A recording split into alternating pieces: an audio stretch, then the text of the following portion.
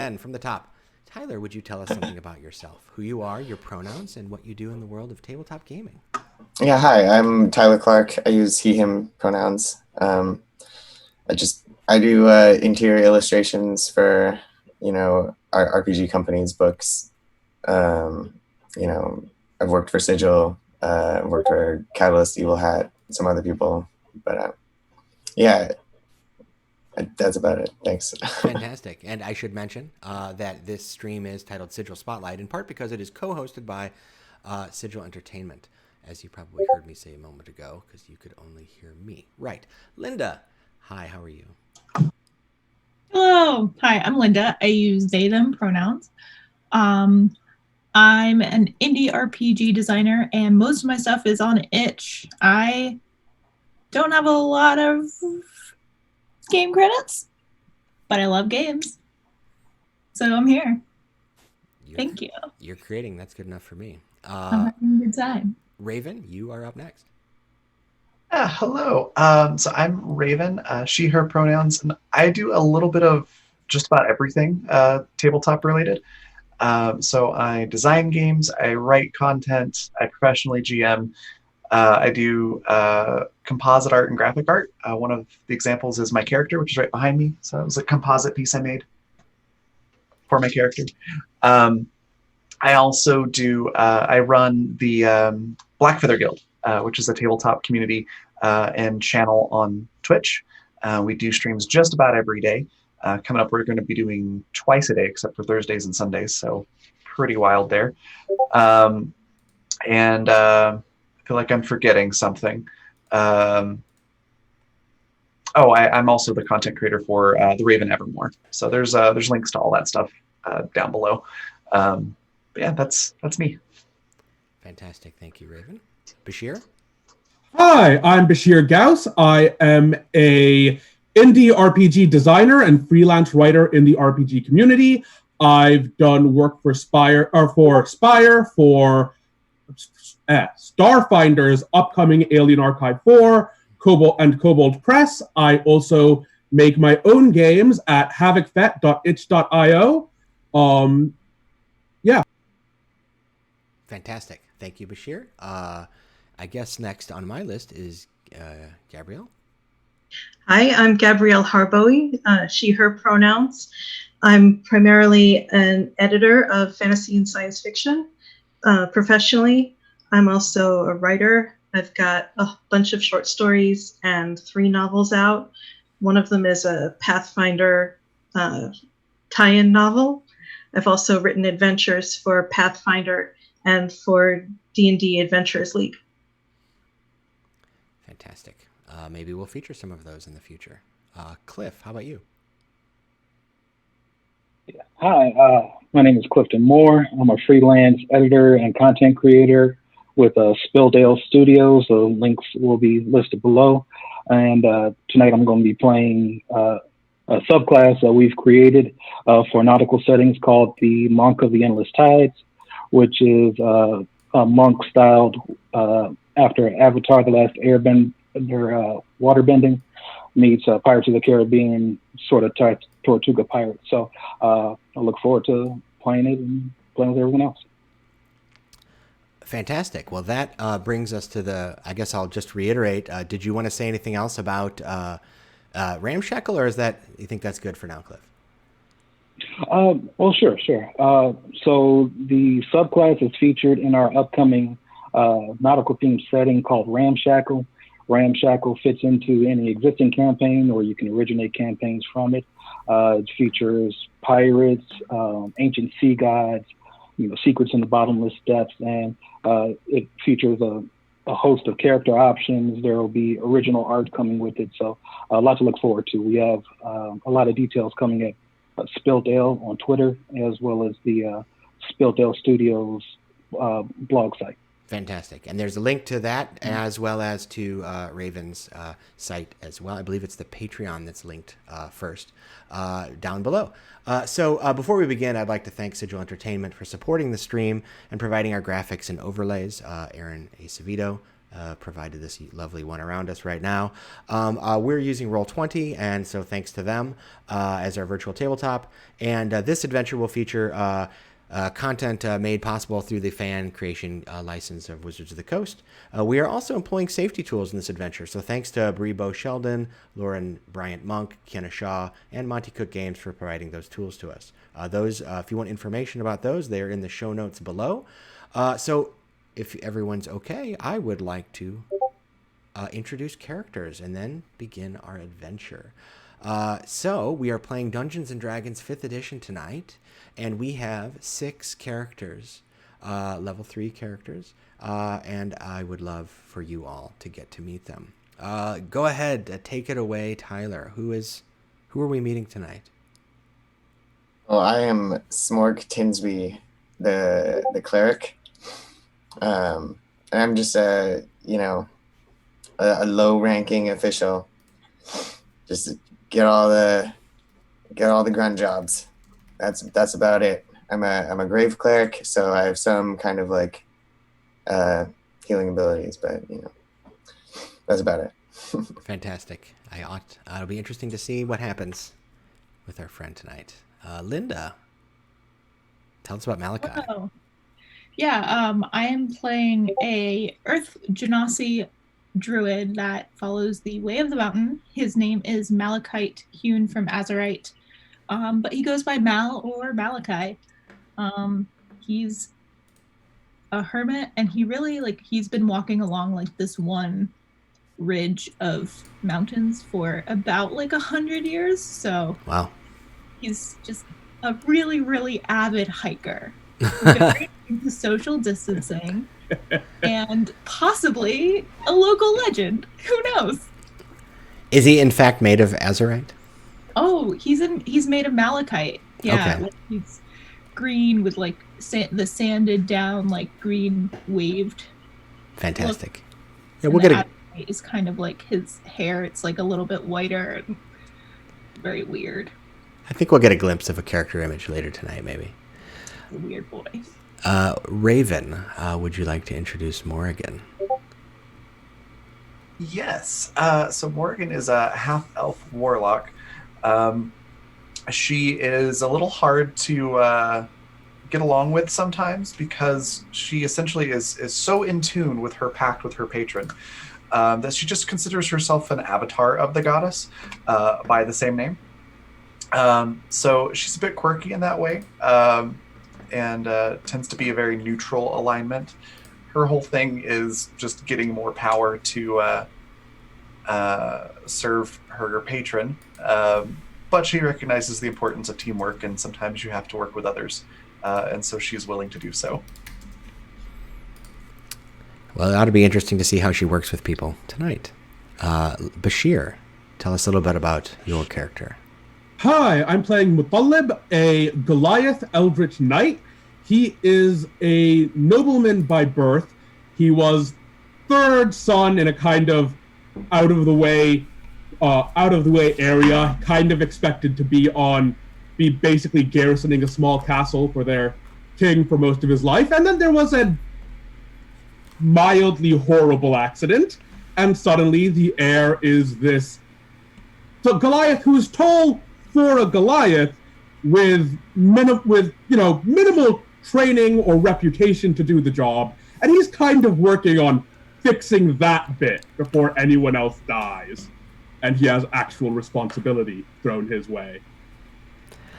Well, I can't promise he'll be more responsible after this adventure, but you never know. We can hope. Gabrielle. So I'm playing Ilorian. She is a Triton and a storm sorceress. She had issues with her temper when she was younger and went into seclusion with the other storm touched to work on her temper and such before they felt comfortable letting her out in the world, since she's calls down storms when she gets upset and things like that. But she's comfortable on land, and her personal goal is to visit every body of water on the planet, even though she realizes that will probably take her entire life. She's okay with that. I like that. I like that dedication. Cliff, tell us about Ren. So I'm playing the sort of pirate battle nuns of Ramshackle, and a recent raid on their temple saw a bunch of things stolen from the sisters, as well as Ren's tide pool dragon friend was taken, and he's left the temple, possibly without permission, to go and recover the items. Well, this is a bunch of very interesting characters. I hope that I look forward to seeing how they interact with our story tonight. So I would like to begin, if everyone's ready. Let's go ahead and head on over to our Roll20 landing page. All right. So now I'm up here in the little corner, and we are going to begin. So let me get us to, here's a little landing page for the product there, Ancestry and Culture, an alternative to race. In 5e, there's the cover image. All right, so let me get back to our place here. In this adventure, you already know each other. You are adventurers traveling through the land, and you hear a call for help. You being, for whatever reason, perhaps you've heard the call for help and you merely wish to be of assistance. Perhaps you're freelancers for hire, hired to solve a mystery of this curse that this community has called out for help about. Maybe one of you has family or a connection to this community. It's a multicultural village with elven, orcish, and dwarven communities involved. So if any of you have connections there, perhaps it's a family member or friend. But for whatever reason, you all agree to travel to the village of Unity. And as you approach, you emerge from a forest road into a secluded valley containing an industrious-looking village, an impressive mixture of architecture, soaring elven roofs and stout dwarven stone and well-built orcish wooden buildings, surrounded by fields. Looks quite picturesque. But as you approach, you realize that something's wrong in this place. The fields are filled with thick, thorny vines, and a kind of sickly mist kind of hangs in the air around the place. And as you approach, a woman kind of sees you coming down the hill and walks out to greet you. She is an elder woman. She is wearing a red ankle-length stitched surcoat with a cotton shirt underneath. She has a linen caul on her head. She seems to be of dwarvish ancestry, but she's kind of dressed in a way you've seen orcish people dress. So she seems to be culturally orcish. And she approaches and she speaks and she says, "Oh, hi there. I suppose you've come to respond to our call to help? Or are you just travelers? You seem to be adventurers of some ability. How can I help you? My name is Urka Stonehammer. How are you today?" We are here to help. I'm Muttalib. I was really hoping to learn more about what the specific nature of your problem is. The missive was vague, shall we say? Well, you see, the messenger's charged by the word, so I wanted to keep it brief. Yeah, I can tell you a little bit about that. You see these fields here, well, this is where we grow our crops, but you'll see that we're not really able to do that very well because of all of these, I don't know, vines. Now, if you want more information about those, I would refer you to, and she gestures over her shoulder, and there are several other kind of villagers are walking up, and two of them in particular are near the front. One is a man of kind of indeterminate age. His features seem elven, but he's shorter, and he has kind of large ears, which implies maybe some gnomish ancestry. She says, well, you can speak to Selaidan there. He's Mr. Fimblepot.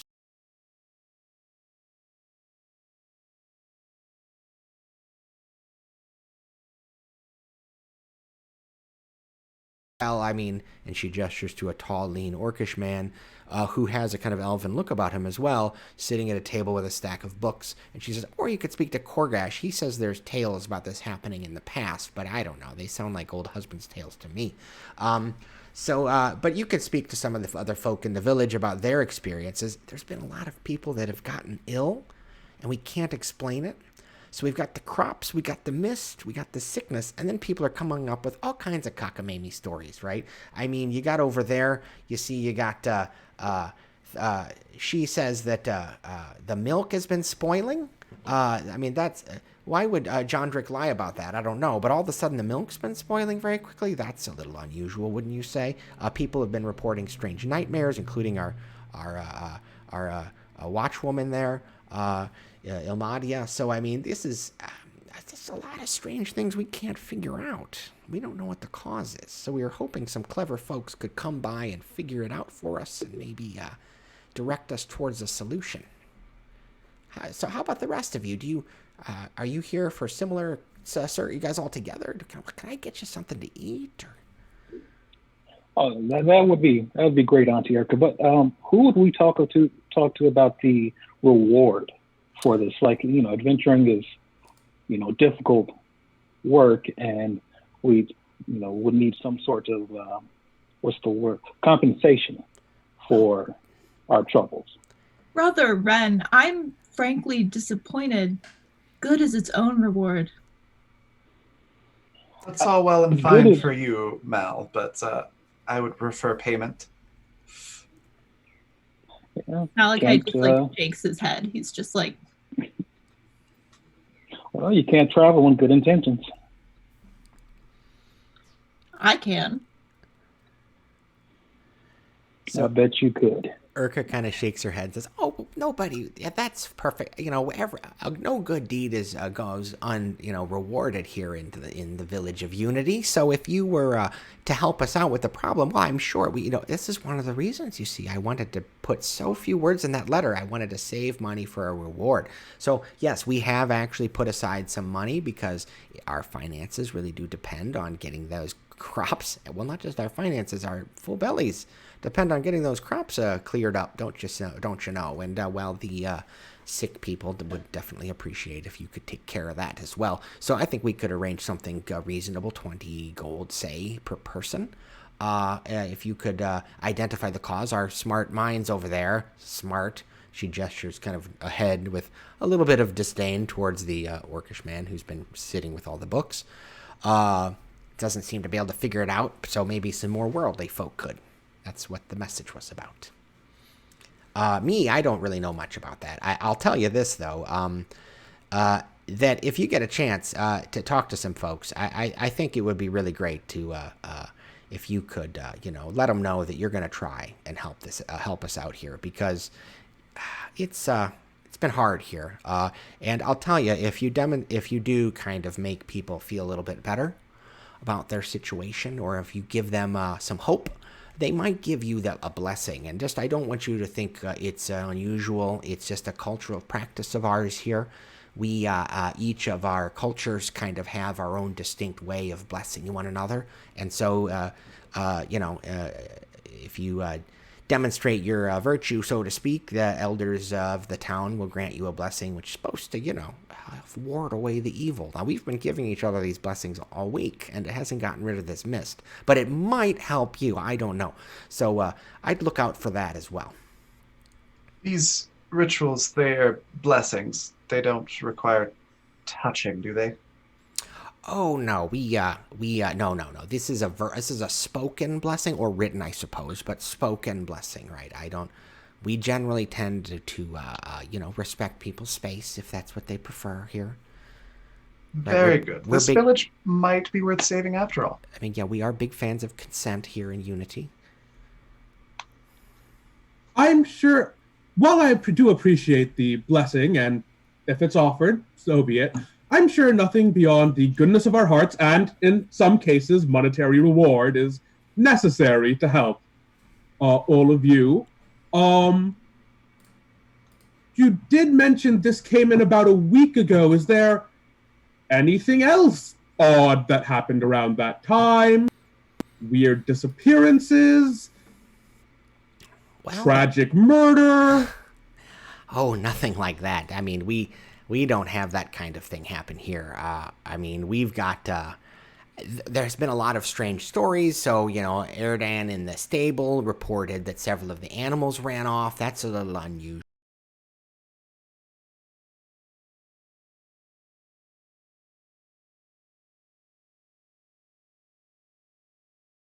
To some of them. I mostly stick around town here, and I guess you'd call me kind of the people person around here.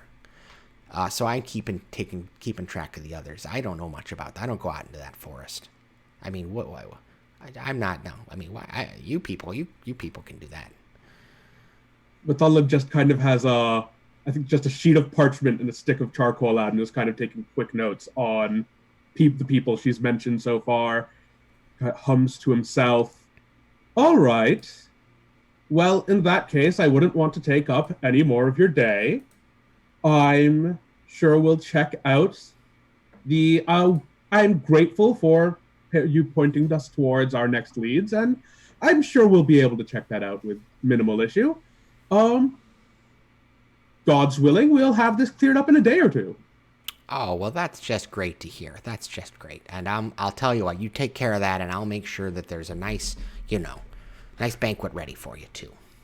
And so then a younger woman approaches, and you get maybe the impression that it's a relation of Urka's. And just because I've got this picture and I like it, I'm going to show you this.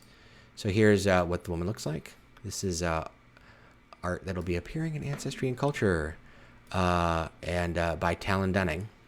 So that's kind of a piece there. And she says, Grandmama, Korgash is requesting that they speak to him. He says it's very important. It's about the tales. And she rolls her eyes and says, yes, I know. He's got his stories. He wants to tell the outsiders. That's fine. Thank you. I've told them. You can tell him that's fine. And she says, Father doesn't like it when it's just, and so they have a little thing, and she walks away, and that's the end of that. Sitting at the table is that guy. He looks like this. Let me show you. I love showing pictures. Imagine him in a younger day would have looked like this. He seems to be partially elven, partially orcish. All right. And then the town on a busy day would look like this. There you go. So it's a multicultural little village, but right now this whole area is largely clear. There's just a few people loitering. All right. What would you like to do? So let's hear a little bit from we've heard a little bit from some of the folks. Lorian, how are you handling this situation? Do you have any particular interests? There's half a dozen people. There's people standing near the crops, near the stable. There's 2 or 3 people that look like they are craftspeople, like somebody that works in a dairy. There's somebody that looks like a hunter of some sort. There's the older orcish man with the books. There's somebody that looks like a healer of some sort. Is there anything you'd like to do? Well, under my breath, I'm going to tell the group maybe we shouldn't be eating any of the food here given the luck that they're having, just in case some of these maladies are, from eating these spoiled crops. Malachi will turn to Elorian and just be like, do you think it has infected the stone? Because the pebbles are fine, right? I can nosh on the pebbles, right? As long as they haven't been in the weird mist or the spoiled milk, maybe? Yogurt-covered pebbles is not really what I had in mind. Isn't that what you eat at the movies? On occasion. Wow. I don't know. Okay. That was a cheat day, Elorian. Personally, I eat anything except fish, but I'm interested in talking to the healer. Fair. So it sounds like, obviously you can all move together from place to place speaking to these various people. You can investigate these mysterious occurrences. Is there anything in particular anyone wants to do besides such things? So let's Smorg, for example. How are you doing? Would you like to? Is there anything in particular you'd like to do at this point? Oh yes, I find everything interesting that's happening. But I'm probably most interested in investigating the milk. I want to look at the cows and figure out if they're doing okay. You know, they might be overlooked under the circumstances. All right. So we've got healer and milk lined up first. So let's go ahead and move through those, and then other people. There are other people that are going to be in the village, ready to speak to you, should you wish. So you with a quick question. Let's hear about this healer. You're pointed to a woman that is sitting next to Korgash, the lean orcish man, and she stands up as you approach. She looks to be of dwarf and halfling ancestry. She's wearing kind of simple brown cloth clothing with kind of flowers tied through her hair. She says, "Oh, hello, I'm Raffabella. You must be the investigators. Thanks for coming to help us. What is there something you need from me?" She's kind of fidgeting with her fingers as she speaks to you. Well, we hope we'll be able to help you. Can you tell us more about how people have been falling ill? Well, she says it's been very mysterious. I mean, I can't seem to make any sense of it. They become feverish, they become weak, and they just kind of hover in this state of half sleep, not willing to eat or drink. I have to force them to do so, and some of them, I'm afraid, will just waste away if we don't figure something out. It's not like any illness I've seen. I've applied poultices. I've made salves. I even made a tincture or two, and to no effect. I'm sorry to say. And you can actually tell, like, her fingernails are really been chewed a lot, right? She's fidgeting with them. It seems to be a nervous habit of hers. To Ren, is there anything like to the nervousness, like a guilty nervousness, or is it just, a bunch of newcomers kind of talking to her, that's making her nervous? Feel free to roll a wisdom insight check. Our first roll of the stream. All right. Let me pull up my sheet.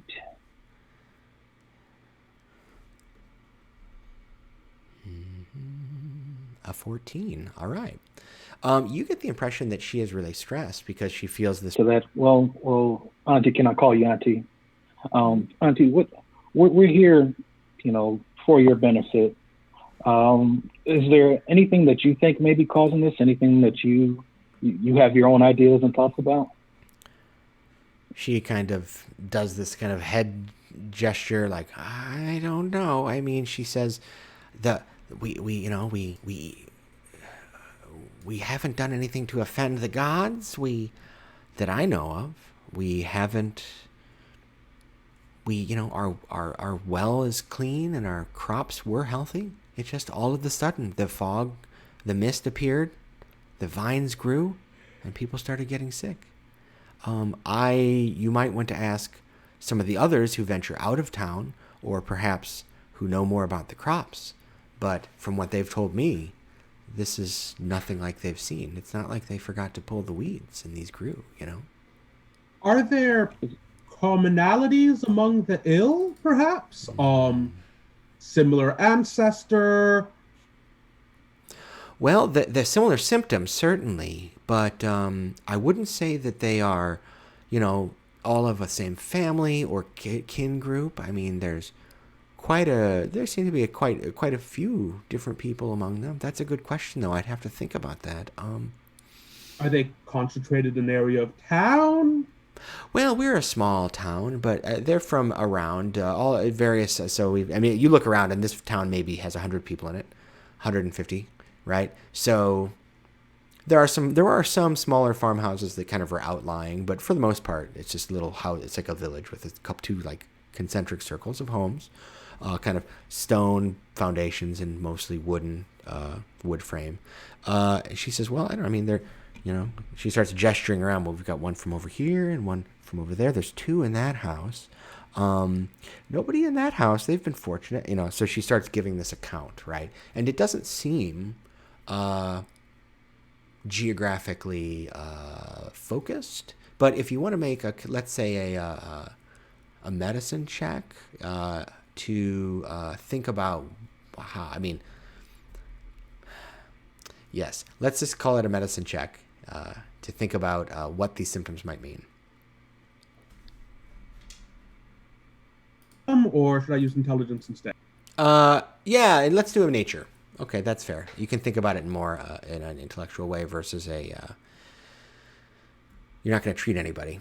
All right, so yeah, I mean, it just sounds like people are, it's like when you get the cold or something, they're just, people are sick. It's not a major thing. And she says, but really, I mean, that's something that's really been bothering me. But they seem to be okay. It's just that, it's something that they'll need to be treated eventually. They have days, weeks still. I'm a little more concerned about the fact that we don't have a lot of, food and water. Well, we've got water, but we don't seem to have much food available. Yes, I had noticed some sort of mist along those, shall we say, super weeds that you've got out in your fields. Did the mist show up first, or was it the vines? Oh, that's a good question. Oh, I'm not a farmer, but when I've been out picking herbs, I'd say that they came around the same time, actually. They came about a little more than a week ago, week and a half ago. I noticed the mist and also this growth that made it harder to move through the areas and find my herbs. That's curious. It is. I've never seen any plants like it. And, I spend quite a bit of time in the woods picking herbs, mushrooms, harvesting bark and leaves for my herbal treatments and my teas, to be honest. And it's mostly for my eyes, and I promise it's not for recreation. But I don't think I've ever seen vines like those before. They sprung up. They're incredibly sinewy and thick. Not like the rose bushes or the creeper vines we normally get around here.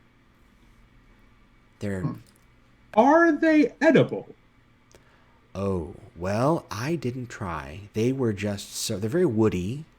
So you'd need to prepare them if you were to eat them, but I don't know. They gave me a feeling of, they just made me unsettled. And so the idea of eating them hadn't crossed my mind. They seemed just full of malice.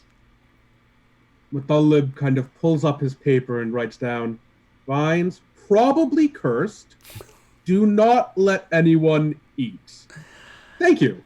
No, you're welcome. I mean, you might want to speak to the stabler because some of the animals might have grazed on them, but I haven't. That maybe something cows, to check perhaps? on with that milk. So, would you like to speak about the milk?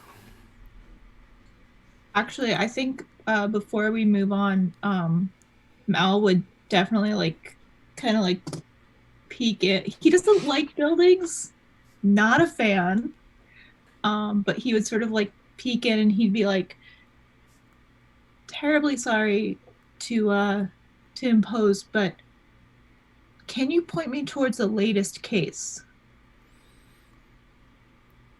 She nods and says, well, yes, I can show you. I mean, we've got several people that are falling ill over here in this house, actually. So it doesn't seem to be contagious, right? So, I mean, people in the same house, some will get, one or two people might get sick. So I think there's no harm in visiting. It basically looks like, it looks like they're just not eating, right? They're not getting sustenance. That's what they seems to be happening. They just kind of are growing weaker. It's as though the life is just getting sapped out of them. Yeah, I would like Mal to go over to the patient that she's describing, and I'd like for him to sort of inspect the patient. Yeah, absolutely. Because it's kind of in his backstory that he looks out for people when they're wandering in the woods and lost. Sure. Absolutely. So feel free to do a medicine check. So she takes you into a hut, a kind of. So this is a stone building, and it's well built. You, I think, would be able to recognize that this is stone from the local region that's been properly kind of hewn and respectfully carved. Yeah, like the mountains behind, right? Right. So inside is there's one person kind of laying on a cot, and there's several other people that are going about their day, cooking, tending to the ill person. And you see the person, and it's a middle-aged man, and he's laying there, and he just kind of looks pale and sweaty. He looks just kind of weak and like nauseous maybe. And so you can approach him and try to perform some sort of examination of him. He looks up and says, "Oh, Refabella, you've brought help, I see. Hello, I'm nice to meet you. I'm Jondrick Silvermaster." And before Maul kneels down and is just like, "You don't have to say anything." And he does his inspection. And we're gonna roll here. So you examine him. He does seem ill and weak, but you can't immediately identify a cause, right? It seems, well, he does seem ill, but he doesn't seem to have a fever. He doesn't seem to be coughing. He just seems, well, kind of, like I said, weak, peaked. It's hard to identify a cause. Frustrating. Yeah, I think Maul would just be like,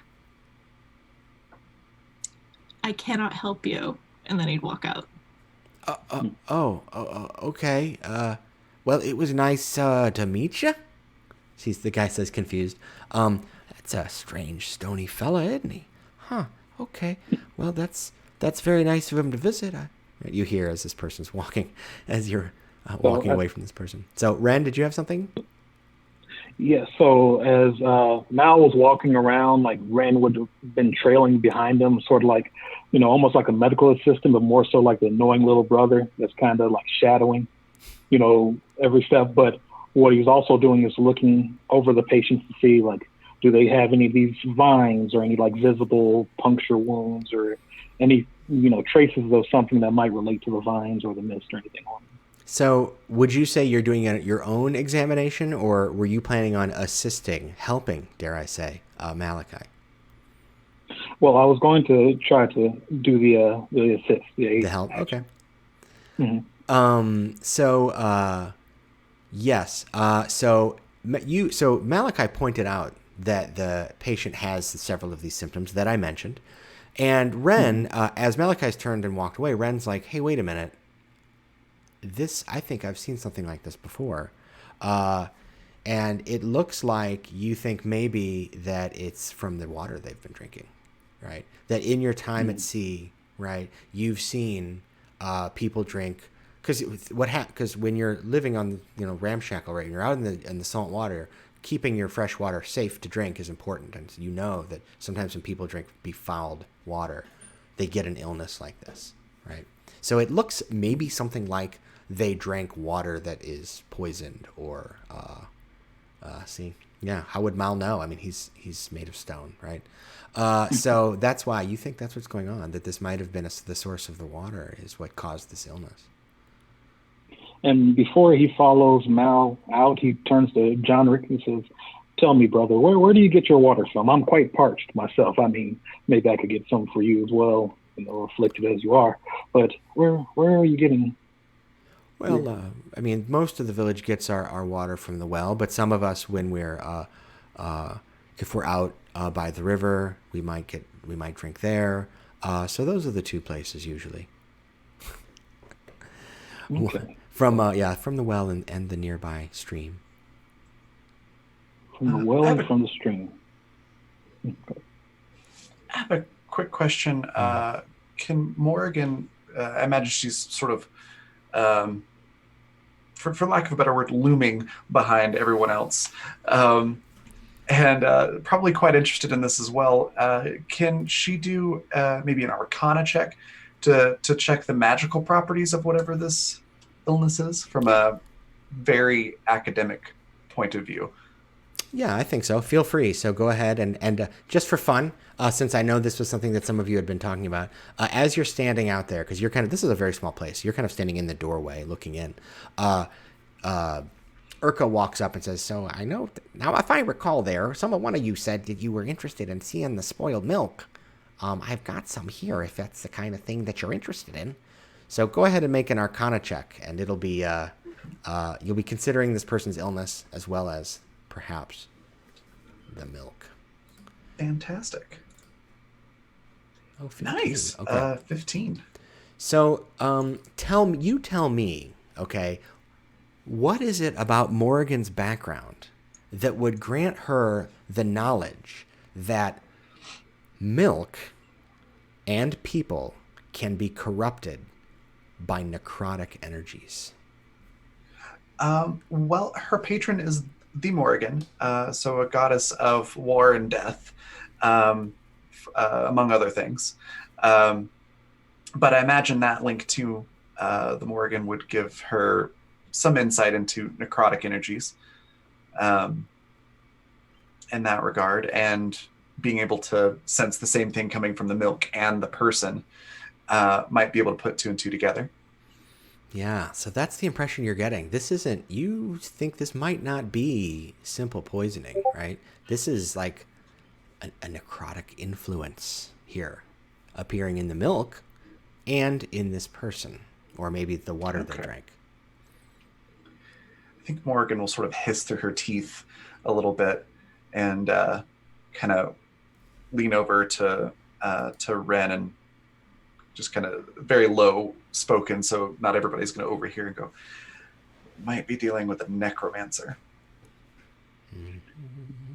He sort of folds his arms over his chest and, speaks quietly and says, well, whatever it is, it might be in the water. These people look like they've got the salt tongue, and he just, and it doesn't take much to see that he's making up an illness, basically, of some sort. So, but he's standing very authoritatively, like, quite tragic. You see it all the time. But Morgan just nods in response, like, yes, the salt tongue, as you put it. I have no idea what you're talking about, but via context, I'm sure you're correct. Yes, I am. We should. Mythologist also writes down salt tongue slowly on his little notebook. Entirely missing any All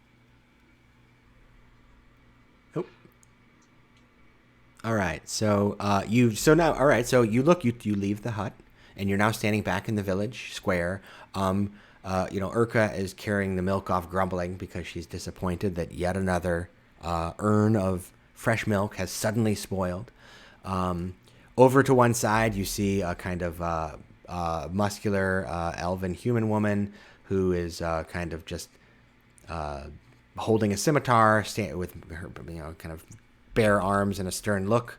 She looks very tired and worried. You suspect that was the one that Urka was referring to when she referred to a town guard. You see a brewer coming out of his little brewery with a small keg, and he looks just absolutely exhausted, like he hasn't slept in a couple days. There you also see an elderly kind of halfling man who's gathered some young children together and is telling them a tale. There's off in the distance, you see the elven orcish man sitting at his table with his books. And that's the elven orcish man who is tending to the viney fields. He's picking at them, digging at them with a spade and cursing under his breath. And then there's the orcish man who is sitting at the table with his books, who claims to have facts about the history of this town that Urka doesn't take seriously. What would you like to do? I think Malachi, after pretty thoroughly just having no clue what to do about human bodies, would like to go to where he knows he can be useful, which is Earth, the field. He's gonna go talk to the guy tending the fields. But if anyone wants to tag along, Malachi wouldn't run off. He'd just turn and just start walking. Morgan's also interested. Yeah, I'll come along. Friends. Muthalib is way out of his depth dealing with medicine and magic, most sorts of magic and agriculture. But what he is entirely in his depth on is history books. And so if there isn't a third pressing thing to check out that Ren or I am blanking on a name. Tyler. Check on? You mean In character name. Smorg. Smorg Tinby. Smorg. So if either of them don't have a more pressing concern, I would like to check out the history and see if there's anything I can get out there. All right, so Smorg and Ren, you've got two choices. It looks like Mal and Elorian and Morgan are going to the fields. It looks like Muthalib is going to talk to the historian of the village. Would you like to join one of the other group or go your own way? I would like to ask Ruffabella if there are any herbs or medical supplies we should be on the lookout for. Oh, she says, oh, you mean you're volunteering to gather herbs for me when you're out? Well, if I see them, Okay, so do you know the difference between the poisonous mushrooms and the recreational mushrooms? Yes. So I'm not sure if Smorg is telling the truth right now, but she is too distracted by her own anxieties or whatever to notice. And so she says, oh, well, that would be great. The recreational ones you see, they also have medicinal purposes, I promise. So if you could bring me a few of those, that would be great. Thank you. I'll be on the lookout. Yeah. And I go to the field. Yeah. So she actually is. She says this before you're walking away. She says, you guys have been very helpful with my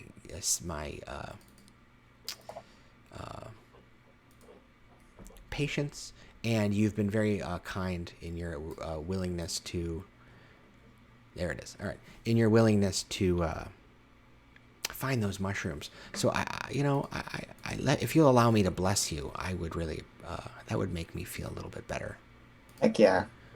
So then she says she speaks. So she seems to be a dwarven halfling heritage or ancestry, but she speaks in Dwarvish, and I will put it in the Roll20 chat if you wanna practice reading your Dwarvish. I'm really tempted to try to read this, but I'm afraid it'll be just ridiculous. So she says something in Dwarvish, and it has an interesting rhythm and cadence to it. In fact, it's kind of I don't know. It strikes you as really musical and interesting in a certain sort of way. It's a very memorable phrase, All right, so you're like, oh, that's very nice of you. So I will actually, just in case you want to refer to it later, it's in a handout I'm about to give you now. And this is from Ruffabella. And it is, I need to make it available to everybody. All right, so there you go. So it says each elder knows a blessing in the language of their cultures. Should you impress or please them, they grant this blessing by speaking the words aloud slowly, so that you could learn it if you wish. And then there's the first of the blessings they received. All right. So did everybody did that? I don't know if you want to actually look at it, but there it is. So Ren, what about you? So Smorg is speaking to Ruffabella. And then we've got Muthalib is speaking about history, and then the other three are going to the fields. Where would you like to go, Ren? So Ren kind of looks at the fields of endless dirt, and he's pretty distrustful of that. And then he looks towards the books, and he's pretty distrustful of books as well. And is Urka still around, or just Raphael? No, Urka is here actually, and she's standing around, kind of speaking to this a younger woman that you saw earlier, and just kind of waiting around to see what you guys are doing. She's kind of curious, right? You can tell. She sees you and it kind of waves, you know. So he turns to Urka and he says, "Tell me, Auntie, where do you get the water for your animals in your fields? Is it from the well or from the stream?" Oh, well, the animals drink from the stream. The well is for, you know, the townsfolk. I see that your friend impressed Raffabella. I'm glad to hear that. That she's a hard one to impress sometimes. He must have promised her something that she really values. He's pretty impressive in his drab sort of way, but I tell you, so the people who have gotten sick, or how often do you water the animals? Where, you know, do people just get their own water constantly? Like how? Well, I mean, so some of us have animals of our own. So the farmers have their own beasts of burden, and some of us have keep pigs or chickens, and some of us have house pets. And we each, you know, water take care of our animals in our own ways. A few of us who have grazing animals like goats or cows will take them out into the pastures along the river. So you know, the water will be taken from the river or the well, depending on where they are. You know, surely you may. I don't know if you are the kind that has a lot of farming experience there, but you look a little more. I'm gonna guess no. Well, you know, the ocean is its own kind of farm, you know, and I've got a lot of experience with that, I guess. She says, yes, yes, I do. And then suddenly she kind of waxes this. She gets this really weird look of like a really happy memory just crossed her mind. And she's like, "Oh, I knew a sailor once." And she says, "He told the best jokes." And she says, could you tell me, do you know any jokes? Sailor, like jokes from the, like sailors' jokes of the sea. She says, "You know, I don't really do much around here with the crops or the ill or the milk or but I could use a laugh." Jokes from the sea. Well, let's see. Okay. What did the one fish say to the two fish? Or the other fish? I don't know. What? He says, I oughter think about it. And he just sort of looks like, yeah, what? No. Okay. Okay. Well, just let me work on it, and you know. So let's say she. So just for fun, roll a charisma performance check. Let's see how well. So no, let me leave it to you. Would you like Ren to be attempting to be funny, or do you want Ren to be like? You can decide whether you want to try to succeed as this. If you want it to be like, because it would be funny in a narrative way if Ren was just told a really lousy joke. But if you think this is like, maybe she'll really like this joke, and then we can let the dice decide. It's up to you if you want to roll or not. No, it's lousy on purpose. Okay, cool. All right, so I want no roll then. You can always choose to fail, right? So so you tell this joke, and she's looking at you and goes, uh-huh, and oh, that's the joke. Oh, okay. Well, it's a lot funnier if you knew the otters the way that I do. Okay. What's an otter? Well, they're this, sort of, and he just like, we'll talk about it after, we've solved the issue here. We've got a lot of otter lore. Otter lore. Okay. That's pretty odd, all right. Yeah, okay. Thank you. And she kind of turns and walks away in a bit of a daze of confusion. So let's. And before she. Oh, go ahead. I was going to say, before she goes, and he saw Raffabella give out a blessing, he's like, and a blessing for you as well. And he sort of just traces a nonsense sigil in the air, but there's like a trail of water after it. And then he says, warm water under clear skies. And it's completely BS, but, he sends her off with that as well. She says, well, I guess Well, okay. I suppose I could tell you. Okay, thank you. I guess I'll give you a blessing in return then. And she says something in Orcish, right? She's like, okay. She's like so befuddled by how bad this joke was that she's like, is this rude for me not to return this favor? So she says something that's in the Orcish tongue, right, which I've put into the blessings handout again. Actually, this one is from Urka actually. So she was so taken aback by your joke that she's totally flummoxed there. All right. So you now have heard 2 of these blessings. So we will now cut the camera pans over to let's see. Let's do soil and then history, if that's all right with everyone. So we are speaking to, you walk over towards the fields and you find that there is a man, this elven man who has some gnomish ancestry. He's leaning on a shovel, taking a break from hacking away at this bramble of thorny plants that has just sprouted up from the ground. He's sweating. He's quite tired. He's wearing kind of work clothes. He's got thick gloves on, and he turns and he sees you and he says, well, I suppose you've come to talk about the crops, yes?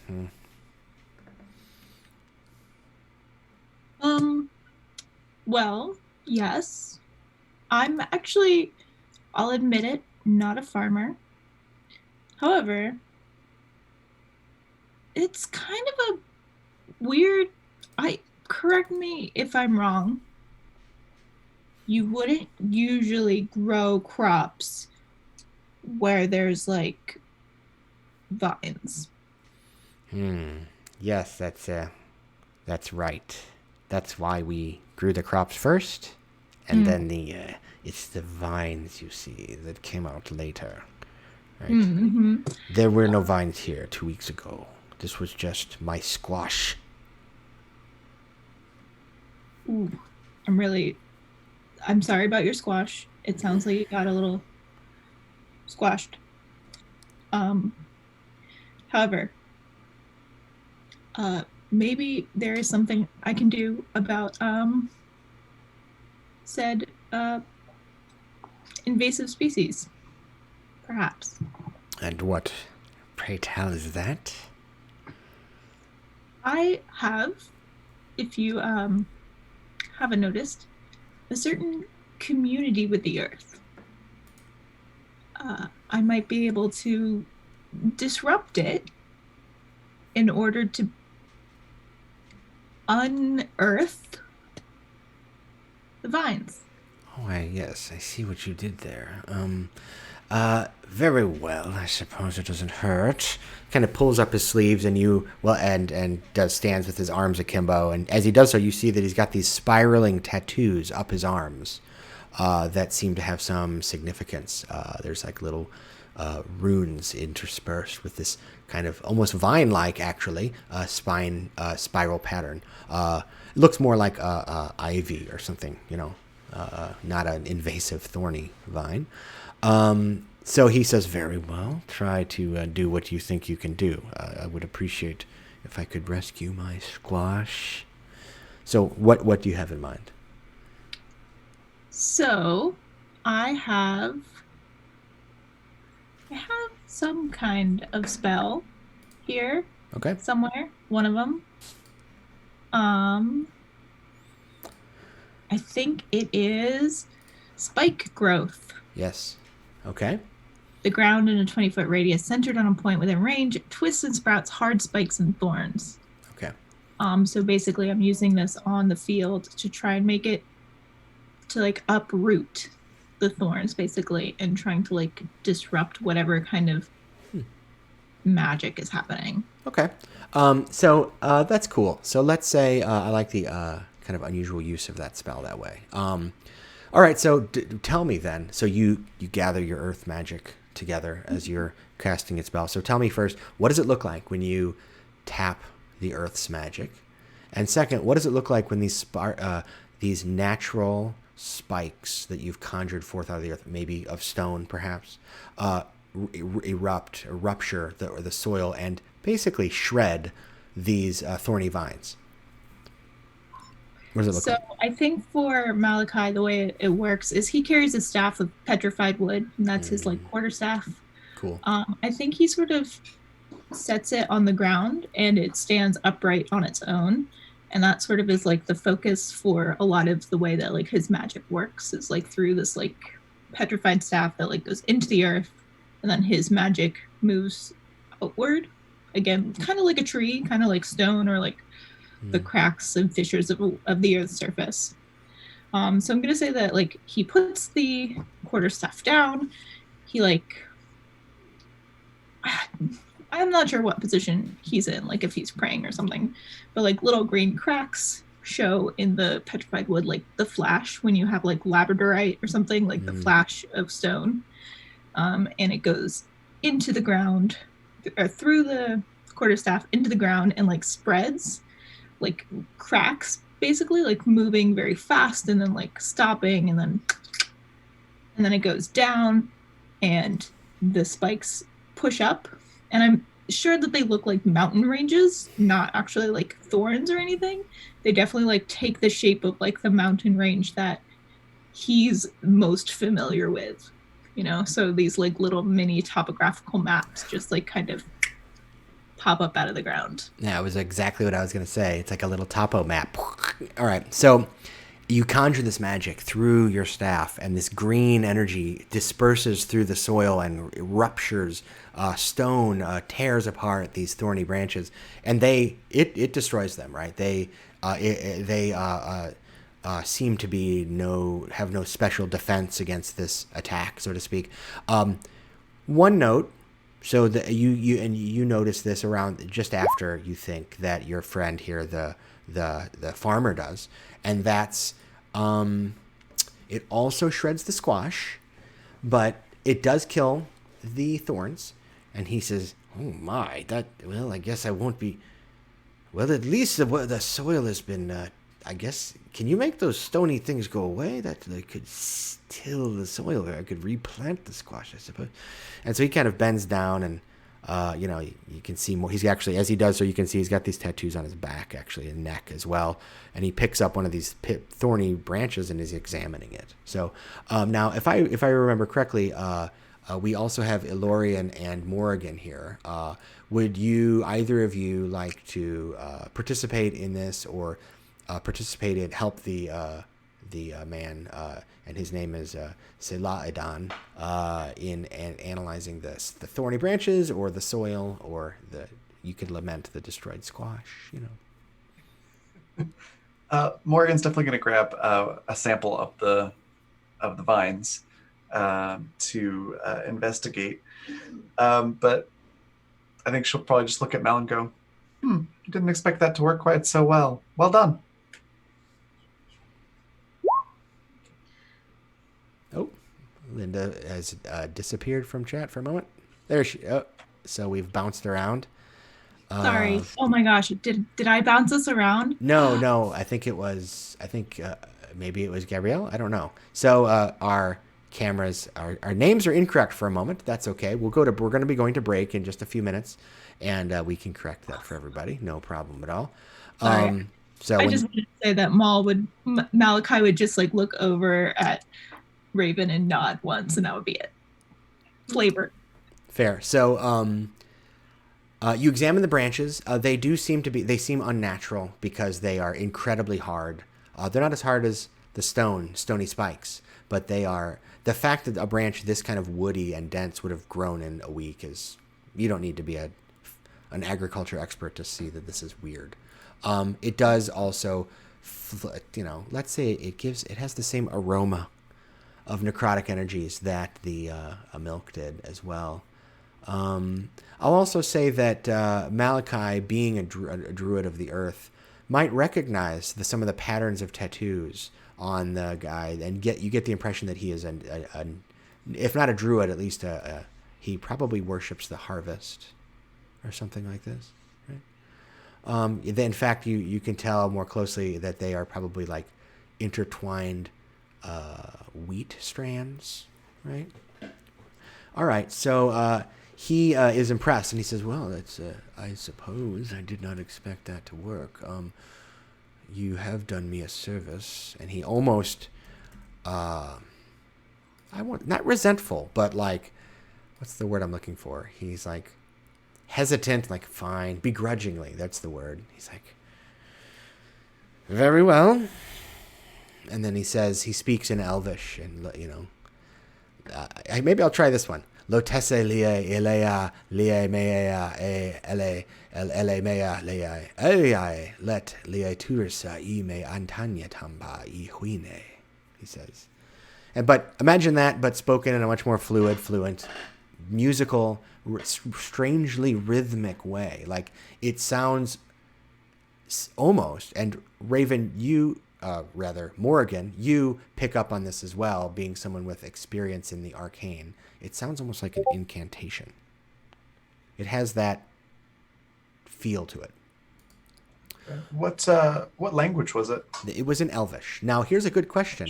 I should have asked this earlier. You've heard this in Dwarvish, Orcish, and Elvish now. So let's get this straight. I believe only Smorg heard it in Dwarvish from the healer. Do you speak Dwarvish, Smorg? I don't think so. Okay, so that was from Raphobella. Now Ren heard it in Orcish from Urka. Does Ren speak Orcish? No. Okay. So he speaks Elvish and Primordial. Okay, so this was just an Elvish from Selaadan. So Morrigan speaks Elvish. Yes. So you actually know what it was said, and I will translate it for you, and I will include a translation here in the handout. It says, "May we see our light in you and your light in us. Together let us kindle the light that wards off the darkness." That's cool. So, you've now heard this blessing in 3 languages. We now shift to the historian. And after we talk to the historian, we'll take a short break, if that's all right with everybody. Unless, something interesting happens, and then we'll delay it a bit. But so I guess we have Mutalib, and is by himself, approaching the tall, lean Orcish man, sitting at a table with a stack of books and an inkwell, and he's scribbling away, kind of head down, doesn't notice. And so, how do you approach him, Mutalib? Oh, I can't hear you. You're mute. This is Korgash, the guy I'm approaching? Yes, correct. Korgash Fengmaw is his name. All right. So I think, Mutalib walks up behind him, not quite realizing that he hasn't been heard yet, and just coughs lightly once he's directly behind this guy. So he turns around and sees 8-foot some dude and introduces himself. Hello, Mutalib. I was told you wanted to see us about a historical route to the current problem. So when you clear your throat lightly, it's polite. It's not, I'm assuming, right? You're not trying to frighten him. Nevertheless, he is suddenly startled. I say, what is the meaning of... Oh my, you're a big boy. Yes, what tales? Yes, I do have something of the history to share with you. Sit, stay a while. Listen. All right. Glad to, sir. And Mutalib pulls, whatever the largest chair or chair equivalent available is out and scoots in. What am I looking at?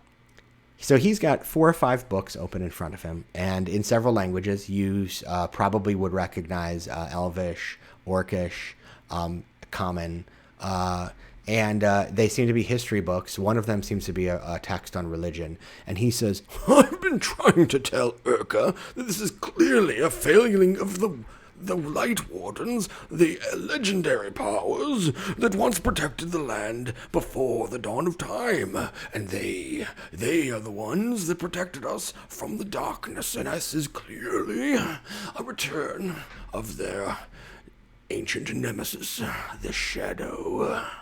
See, look about. Mist makes things darker. Darkness means shadow, evil. It says right here. Now, and he points to a line in the book. and he says, and he starts speaking in Orcish, and he goes, and over here, and he starts speaking in Elvish.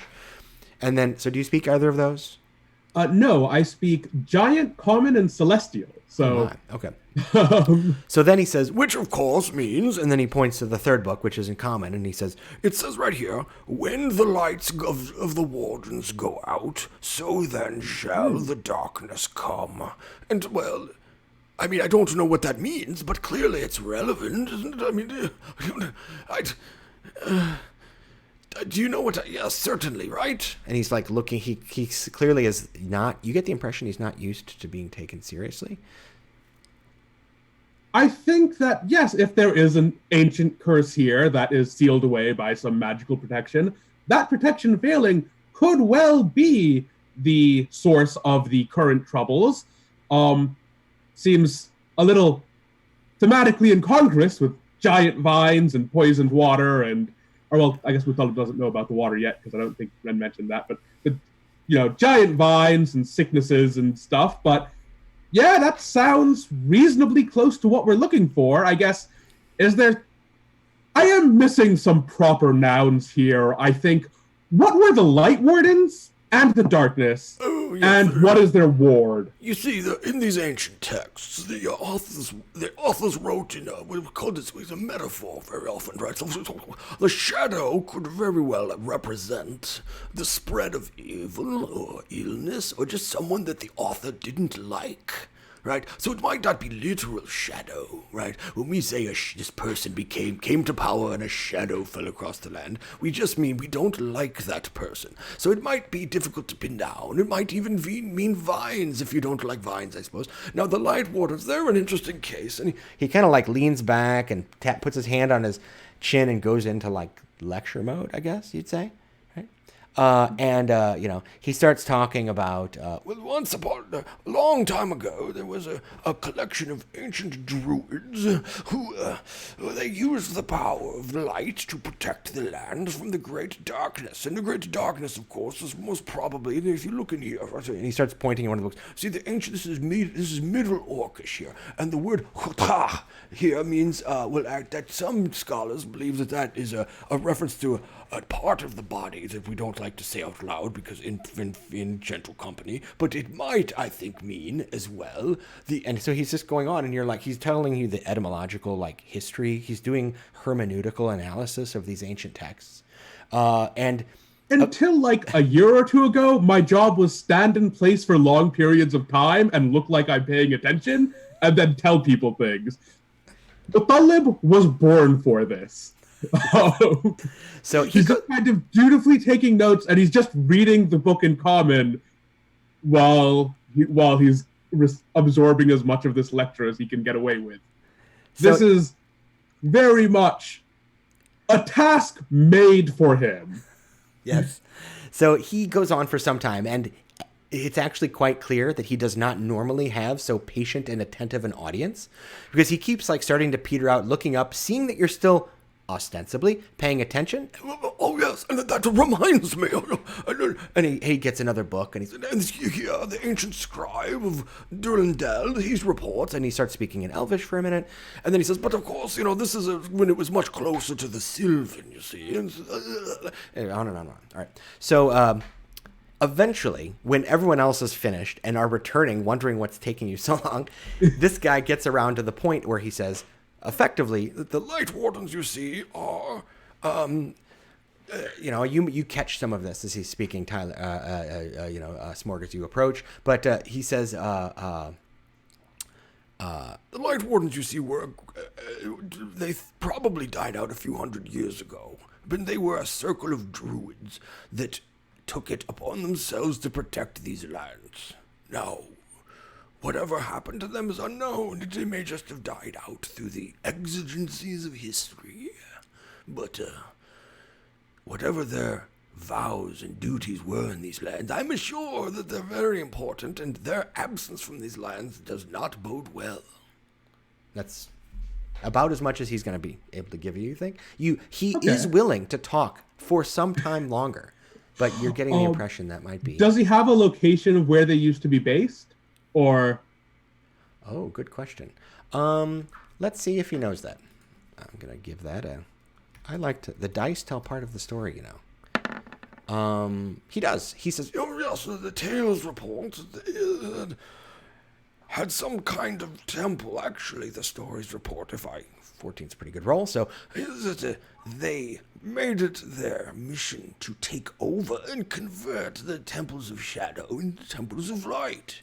And allegedly there was one here in this forest, but it has long been lost. Perhaps in the forest's very heart. Well, this has been enormously helpful. Thank you so much for the lecture. I greatly appreciated it, and I now know an Orcish cuss word, which is always a plus side to any conversation.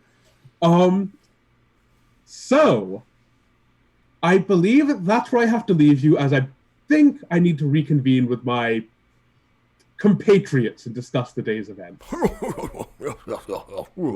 and then he goes back to writing, kind of. Oh, yes, do good, yes, have a good day.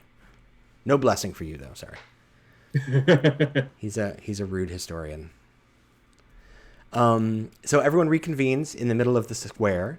You have learned some things.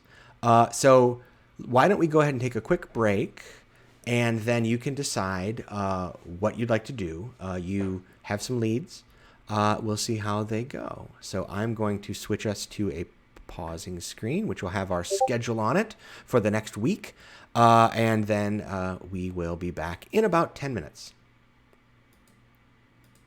I am Eugene Marshall of Arcanist Press and Sigil Entertainment, and this is Sigil Spotlight. We are a diverse community of tabletop industry creators, spotlighting each other's work every session. Tonight we're spotlighting an adventure written by yours truly called In the Light of Unity. Is in the upcoming Ancestry and Culture Kickstarter. We've also got a Way of Endless Tides Monk from Cliff Moore, and also some art from Ravyn Evermore for her character Morgan. So we will be seeing more of those shortly. Our party, our intrepid adventurers, have been investigating a strange blight that has settled on the Village of Unity and have learned several important things. They've now reconvened in the city or village center to discuss what to do. What would you like to do, friends? So is the well for the village in the city center, are we near that? Yeah, you can be, sure. I was just about to say. So I think Mathilda approaches the group as we're all gathering together and asks, so what have we got from our respective jaunts off into investigation? Well, it could be these mushrooms poisoning them. And as Mutalib is asking that and Smorg is responding, Ren goes over to the well and he starts kind of rotating his hand over the top of it. And DM, let me know if you want me to spend a key point or anything to do this. But as he's doing that, he starts to shape some of the water out of the well into a helix so that it's like a mini fountain, and it spirals around and back down into the well, spirals around, and he just keeps moving his hand in that gesture so that the water is now visible for everyone. And he turns to Morgan and then with his free hand kind of gestures to it, to see if she would like to inspect it. It's a cycle? Is this charades? Inspect the design or the water itself. Oh, okay. Great minds think alike, because I was actually going to have Morgan cast Shape Water and form a skull with it and tell everybody, well, I've sensed a lot of necrotic energy, so I think we may be dealing with a necromancer of some sort, perhaps someone that's had a grudge on this village, or perhaps some sort of ancient power that's been held at bay by something else, and that something else is now breaking down. Incidentally, I haven't inspected the water, but I imagine it's probably not safe to drink. So I can tell you that the water looks clear. Is there anything in particular people would like to do to inspect it? I would like to do a medicine check, I guess, Sure. on the water. That's fair. Go ahead and roll that. You can click on the medicine on the sheet there. Ooh. Oh my. So we have our first natural 20 of the stream. Nice. To celebrate. Woo. All right. So I don't know. Describe to me what it looks like when Elorian, a Triton, right, approaches the water and is able to learn that it too carries the taint of corruption from necrotic energies. But with that roll, you also can tell that it's probably the groundwater here is the source, is corrupted. So the river, the well, but the water does seem better here probably than you might have expected. It's only very mildly tainted. Probably you're able to guess further away, closer to the source, it's worse. So I extend my webbed hand toward the watery helix and don't quite touch it, more like moving around it like I'm trying to scry with it. And I say, oh, this is much more serious than salt tongue. This is the very groundwater itself is corrupted. So do you think you'd be saying these things loudly enough for, say, Urka standing nearby to hear? Yeah, because I want them to know that we're making progress. Fair. And if the water is unsafe, I want them to stop drinking it. That's fair. Well, that is extremely concerning. On my end, or has anyone? So you've explained that the water is corrupted. Has anyone else explained what they've got besides Smorg mentioned the mushrooms? So you guys sharing info with one another? Yes. So Ren, as both Morgan and Elorian have inspected the water, he sort of gestures and the water settles calmly back into the well and says, well, Brother Johnrick, the ill in the Healy building said that, or I'm sorry, it was Urka that said that they get their water for drinking from the well, of course, and then they water the animals from a nearby river or stream or these terms are very confusing. But I think that, that might be our next step, or if we look there. It does seem as if the water is less corrupted here, but the corruption is stronger, pulling in, and I point to whatever direction. So, good news, bad news. Good news, I learned the Orcish word for dick. Any day where you learn something is a day well spent. Bad news, this is in fact ancient curse stuff. I am reasonably sure. Oh god, I'm forgetting his name out of character. Which? Korgash. Korgash, there we go.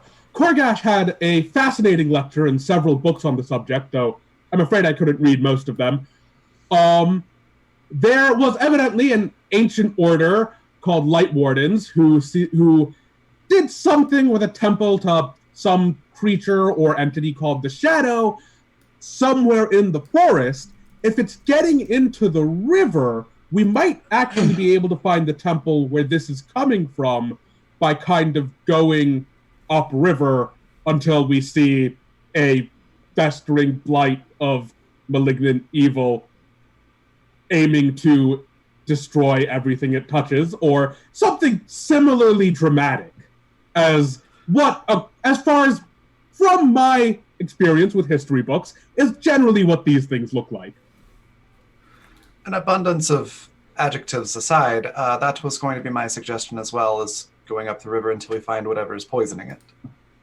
Would Malachi know or recognize Light Wardens? Just because he's also a druid and has been around. Sure. Go ahead and make a religion check. Religion. All right. Surprisingly decent. 15. I'm going to say, yeah, you've heard of this order. You think it is a real order of druids, but it's extinct, right? They were just, an order of druids that protected nature against vile corruption, and which is kind of a pretty standard druidic practice. So, yeah, you've I've heard the name, but don't think they're around anymore, sadly. Well, yeah, I don't think Malachi would say anything. I was just wondering if he knew. Good to know. All right. So what else would anyone like to do? You sounds like you've got a plan. At least one. Does that mean you wish to head out? I wish to warn them not to drink the water first. Okay. So Urka hears your suggestion and is like, well, that sounds like some good advice right there. I'll be sure to tell the friends there that we don't want them drinking the water if it's got some poison in it there. All right. Thanks for that. And with that, she turns and wishes you well.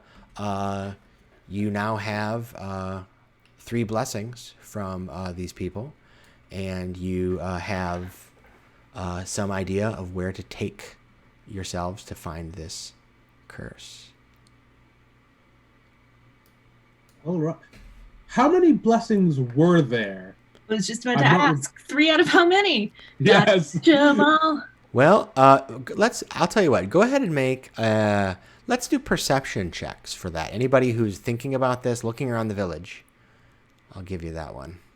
Oh no, wisdom, my only weakness.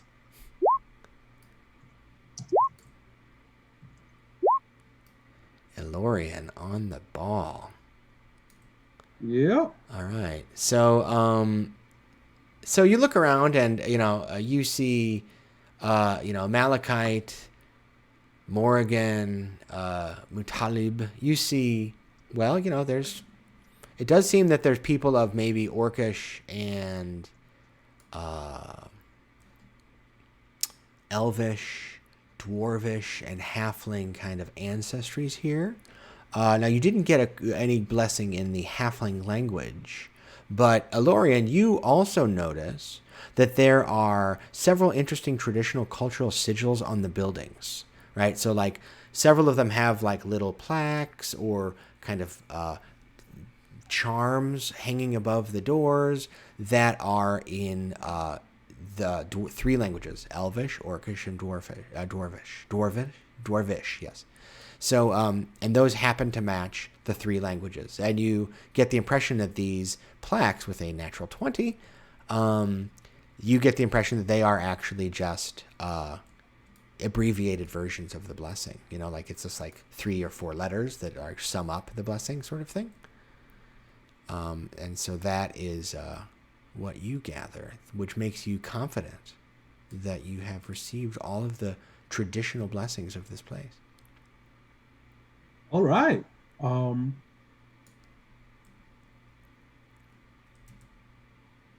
So, would you like to head out? All right. Yeah, absolutely. So let me see here. Tell me, I'm just trying to remember here. Are any of you? No, I don't think so. There are no rangers. There's no. All right. No. All right. Oh, I can like sense undead, but I think I have to. You can surprise me because I have to.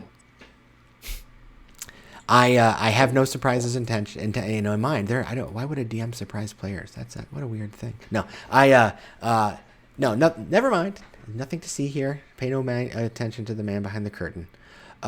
So you follow the river. You head out of town, and you find not far a river, and the river is a kind of slow, winding, shallow river. It looks clear. It doesn't look polluted in any sense, and you see that it heads off in one direction, deeper into the forest. And So, go ahead. Just just to clarify, we're going over the river and through the woods. Exactly. Yes, that's the case. Yes. I don't know whose house you're going to, but yeah. Is there anything in particular you'd like to do while traveling? I mean, I can fast forward to when something is found, but I want to give anyone a chance to speak, investigate, chat, whatever you'd like to do. Morgan's just keeping her eye out for any more of those vines or the mist, any sign of that corruption, to kind of investigate further, but that's pretty much all she's doing. But Thunder was just giving a basically brief lecture on the way there about the history of the term shadow to signify things people don't like and why people did that, and how really a shadow just means you're under something, and most people are in my shadow most of the time. That's not a knock against them. I'm just 8.5 feet tall. And I get why it's used as a rhetorical first. She kind of goes on like that for a bit, largely to fill silence. All right. I'm just testing the water now and then, stir occasionally, I guess, as we go, just to make sure that we're heading in the right direction and the corruption's getting stronger. Ah, yes. So the water does. So because you had the natural 20 earlier for examining the water, if I recall, in addition to the perception natural 20, you've had 2 in a row now. That's all I'm going to get. You never know. Anyway, so you can tell that it's getting stronger, right? In fact, I'd say Morgan, because you were able to sense it earlier as well. I mean, it's becoming more palpable. You're seeing thicker vines as well. Malachi, you are sensing that there's something just wrong with the land, right? It's not pleasant. And Ren, you don't have much experience in woods, right? This sort of thing. But you can even tell this is even more unpleasant than most land-based places you've visited, right? It's pretty clear, right, that there's something wrong here. So I'm feeling some tremendous empathy for the water and how corrupt it is. And I would like to kneel for a moment and shed a tear into the water to give it some of my body's water, to tell it that we're working on healing it. The water quietly flows silently by, accepting your offering. And you think maybe, just maybe, it understands. Well, before they get too further along, Ren kind of gives Lorian her space, but then he quietly starts shaping the water into his hands, and then he runs his hands over the length of water, and it starts to freeze and solidify into a staff. And then he kind of gives it a couple of testing twirls, and he's like, all right, now I'm ready. Okay. Yeah, this is not ocean water from the ocean for sure. But you engage in the water a little bit there. You are now prepared to head forward. Anybody else have anything? Malachi is very, very last. That's it. He's just very, very slow. He's a slow walker. Okay. On purpose. That's it. Bringing up the rear. Yes. Malachi. Oh, I just want to observe to see if the wild animals are similarly affected by this. So thank you for that moment. All right, so you are examining the animals. You're heading around, and the thing that strikes you most, Smorg, is that there aren't very many. They seem to have fled, right? You're heading into a deep wood, right? Normally you'd hear the sound of birds or squirrels running through the treetops, but there's very little of that. So it's an eerie, unnatural silence. Until you arrive, go about half a day's travel, and the river takes a sharp bend, but right as it bends, you see there's a clearing, and the forest seems to have become densest here, but then there's this sudden absolute break in the trees, and there's this 100-foot wide field of space. And let me show you what you might see there, because standing in the middle of the field are the ground here is covered in a dense, shadowy fog. It 2 or 3 feet deep, actually, and you just can't. It's totally opaque. But popping out from the fog in the center of the clearing is a 20-foot wide ring of 8 black stone obelisks, roughly 15 feet tall, surrounding a small grassy hill. The soil atop the hill you can see above the 3 feet deep fog, and it seems to have been recently disturbed, as though something was dug there. Off to the left, the tops of several canvas tents can be seen, and shambling around in the fog are several humans that look unwell. Let's say it looks something like this.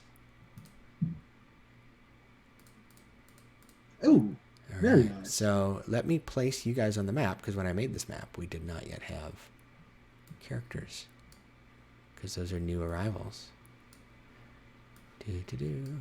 So this will be just a moment while I do this, and I should have done it earlier, but I forgot. So, and I don't have character art for all of you, so some of you are going to be heads, but I will put names under each of you.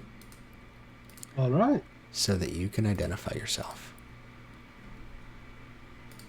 There's Smorg Tinby. You see Malachi, of course. And here's Morgan. Next time we play with these characters, I will have sharp tokens ready for you. And there's Ren. And there is Lorian. Now, you should be able to control these tokens. Let me know if you cannot. Can you move them around okay? Yep, I can move mine around. Okay, so what I have here is a ring of trees that represents the clearing, and you've got in the center here, if you can see where I'm pinging, there's a circle of gray standing stones, and there's a hill in the center of it, and then off to the left up here where I'm pinging, there are some canvas tents. Remember though, there's about 2 or 3 feet of dense fog on the ground. So for Mutalib, it's up to your, thighs, knees. But for someone of slightly smaller stature, right, it might be up to your waist. And you see 3 or 4 figures shambling around in it. What would you like to do?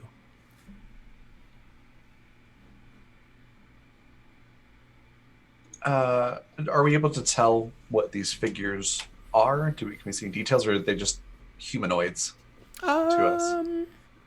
Go ahead and give me a perception check. The air here is stifling and thick and humid and unpleasant, and the fogs are swirling, and so it's not always difficult. It's not always easy to see what they look like. They definitely are humanoid.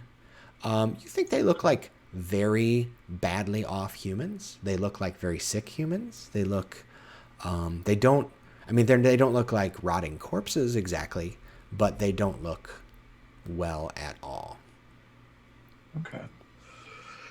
Yes. I definitely I have an idea, and I like for people to weigh in on it, because I think Malachite would sort of like creep up from the back and just be like, he knows enough to realize this isn't like how humans socialize. Like, he knows that. He knows.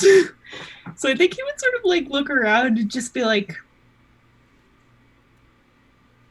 would you like me to go investigate? I think those guys need medical attention, yeah. But we don't want to, literally, but I know that I've seen you in battle before. I think that perhaps you would usually send, I believe, a recon into the field. Yes, if we knew that they were hostiles, that would be the thing to do, or if we suspected that they were hostiles. These do look more like medical patients to me, but if you suspect something off, then I will leave you to your expertise.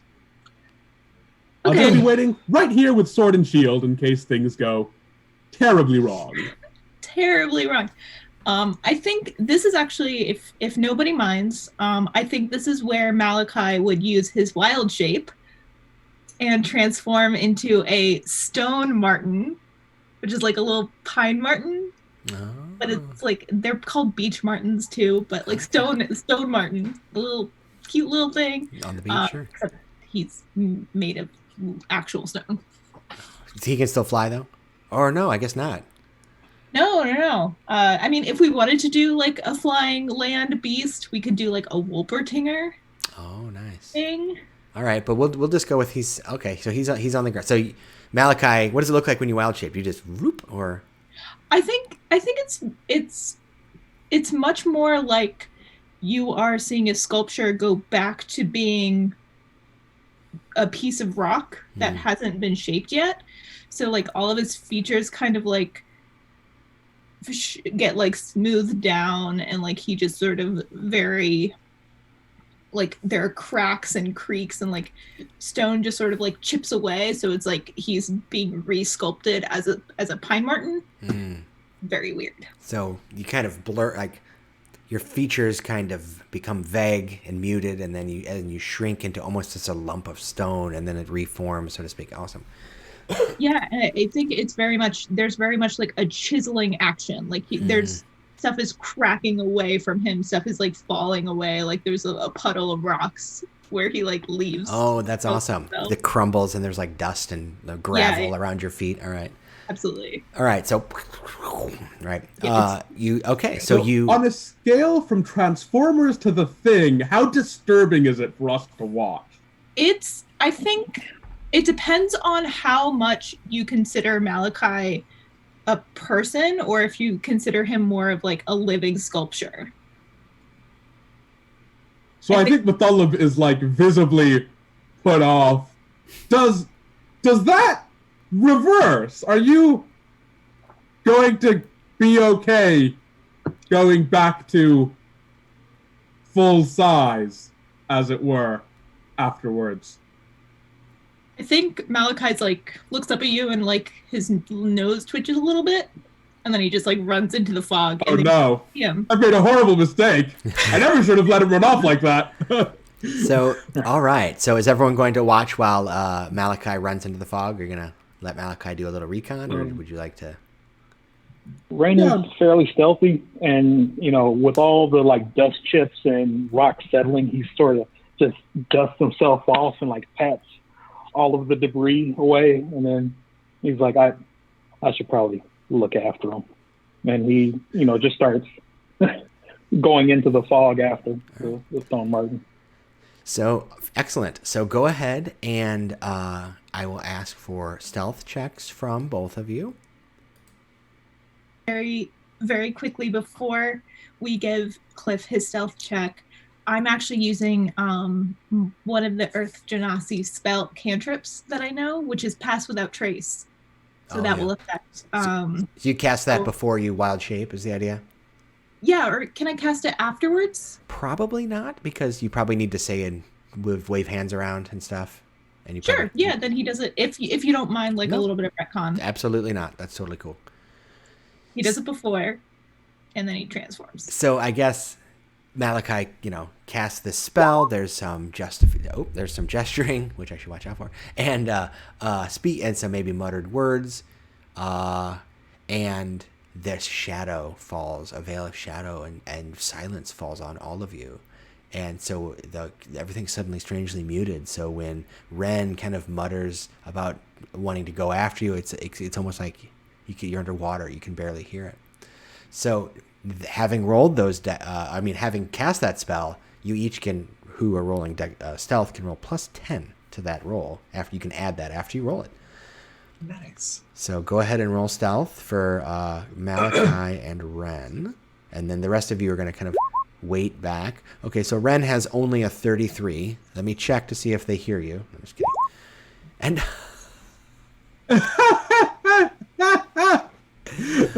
okay, that's amazing. All right, so here's one thing. So Ren disappears into the fog. with a little bit of a crouch, right, and some silence, you're not only unheard, but really, for the most part, unseen with that, right? Whereas Malachi, in Stonebird form, is, you got to recognize there's a problem with the plan. Is that when you're that height of the bird, you're in the fog and you can't see. Right? So you... When he's a little pine marten, so when he's like scurrying around, he can't see. It's the same thing, yeah. And he keep bumping into rocks, right? So go ahead. And Ren is able to follow along. Yeah. No, I was going to say Ren is able to follow along because Malachi is made of stone. Like you hear just rocks rubbing together, like as it's scurrying along. And he's just like, oh no. So I would like a dexterity saving throw from you both.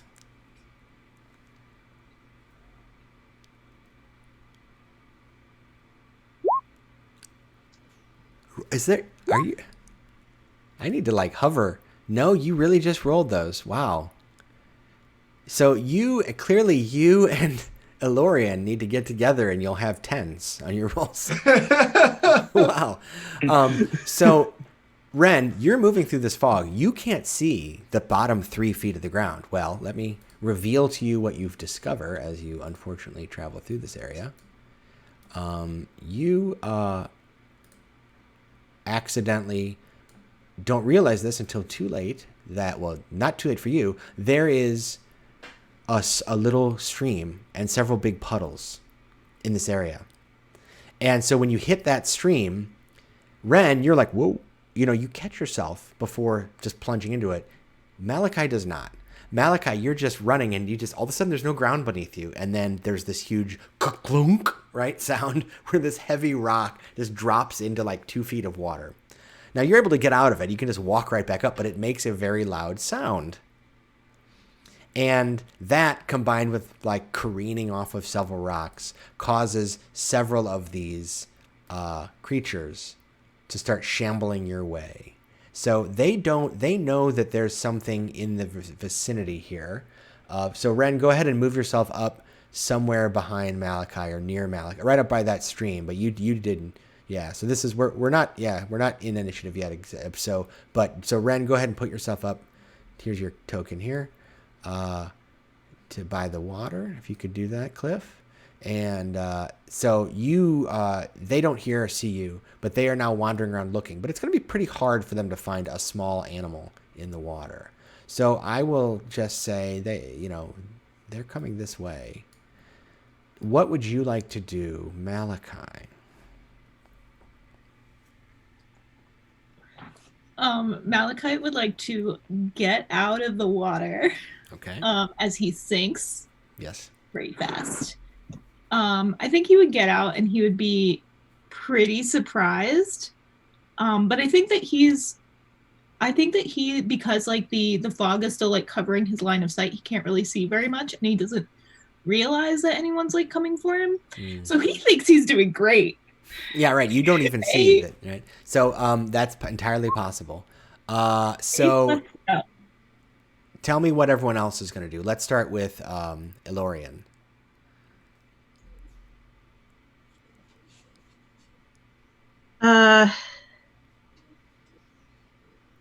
So you hear this kerclunk of water and a splashing sound, and then you see these creatures turn and start heading generally in your direction.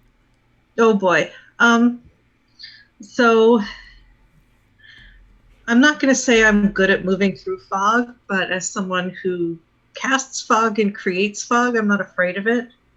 So I'm just gonna kind of duck down and head in that direction and maybe peek up every once in a while to make sure I'm still on the right track. So not exactly stealthy, but kind of moving a little closer in case I'm needed for backup.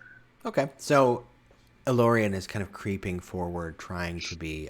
But if you're going to go ahead and enter the clearing, go ahead and make a stealth check so that you can see whether the creatures notice you or not. So okay. While you're doing that, I'm going to check in with. Let's see, how is Oh, very good. So you have no problem. Remember, you're adding 10 to these. So Smorg, anybody who wants to enter the clearing can roll that dice. But Smorg, what would, are you hanging back? Are you entering? What would you like to do? It's pretty clear that something has alerted them. Yeah. They haven't caught anybody yet, but So I can see them moving around, but I can't. But like they're not attacking or something. yeah, they Okay. you get the impression that it's basically they heard something and they're kind of just looking around. In fact, you suspect that if they don't find anything shortly, they'll just wander back to whatever they were not doing. Okay. I mean, I was kind of distracted because I totally forgot to look for those mushrooms on the way, and I need to find them. So I'm just gonna kind of like hang back and wait to see if somebody needs help. All right, excellent. So what about, I'll come to Mutalib in a minute, but because I suspect something there. Tell me about Morgan. What is Morgan up to? Morgan is kind of waiting to see if there's going to be a combat situation, basically. Her thinking is, well, there's no sense in all of us being put in harm's way. I'll just sit back here, and if there's a real problem, then I can attack it, essentially. Currently debating using spider climb to go up into one of those trees, but she's not made a decision yet on it. Okay. She's still waiting and seeing. See what happens. Okay, what about you, Mutalib? What do you got? I hear the kerplunk. Takes like kind of a second of processing to realize, wait, that's Malachi. Something horrible has happened. And he kind of just jumps it over into the clearing. So that's there. And basically yells for Malachi. Like, Malachi, come towards the sound of my voice. Excuse me, sir, if you could stay back for a moment. I believe my friend may be in trouble. Malachi, come toward the sound of my voice. This is when I ask you to roll initiative. Fair enough. So, Yep. Oh, and if it's all right, I think I cast Minor Illusion above myself just as like a bright light that hopefully can be seen through the fog fair. to helpfully show my friend exactly where I, in particular, am. So as you enter the field, I'll just let you go ahead and yes, indeed, they look like this. They imagine this, but let's say, shall we say, fresher.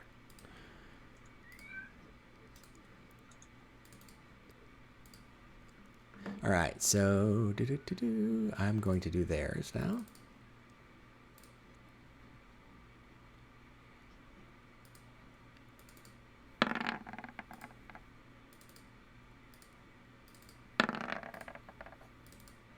And let's see how everyone did.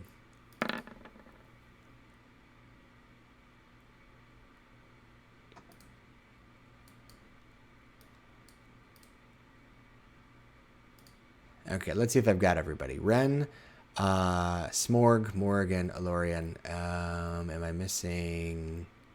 Me. I actually got a natural 20 for initiative. Oh, great. So I got a 5. But I think I didn't select my token. yeah, right. you have to click on the token before you do it, but I've already fixed it. So go ahead and add your numbers in there, or I can do it. You rolled a 20. I like a 20 flat, Malachi. I rolled a natural 20, and then it's -1 for initiative, Okay, so 19. 19, and you have a 5 total, Mutalib? Yep. Okay. So you guys have been added. Oh, did I do it? Yes. Okay. And so Malachite, despite rolling despite the -1,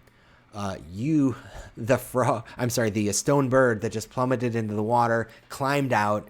Then all of a sudden you hear this bellowing voice coming from somewhere up and above and behind you, and right, it's Mutalib trying to be helpful. What you also can hear, yes, there are indeed medium-sized figures in the 10 feet away from you, maybe, right? Just near the bank, probably searching for you. But they seem now suddenly to be paying attention to Mutalib. What would you like to do?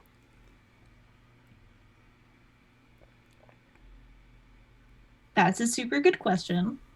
Yeah, I think that as a bonus action,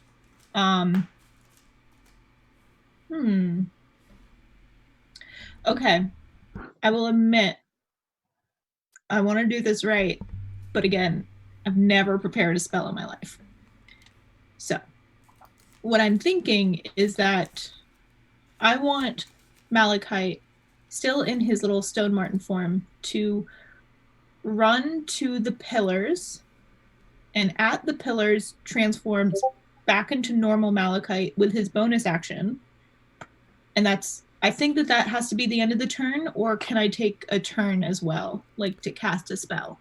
If you're using the bonus action to wild shape, then you can still use your action to cast a spell, as long as I'm right in thinking that a mountain druid, a land druid, can transform out of wild shape with a bonus action. And for our purposes, let's just say yes for sure. I know you can't transform in as a bonus action. That's only the moon druid.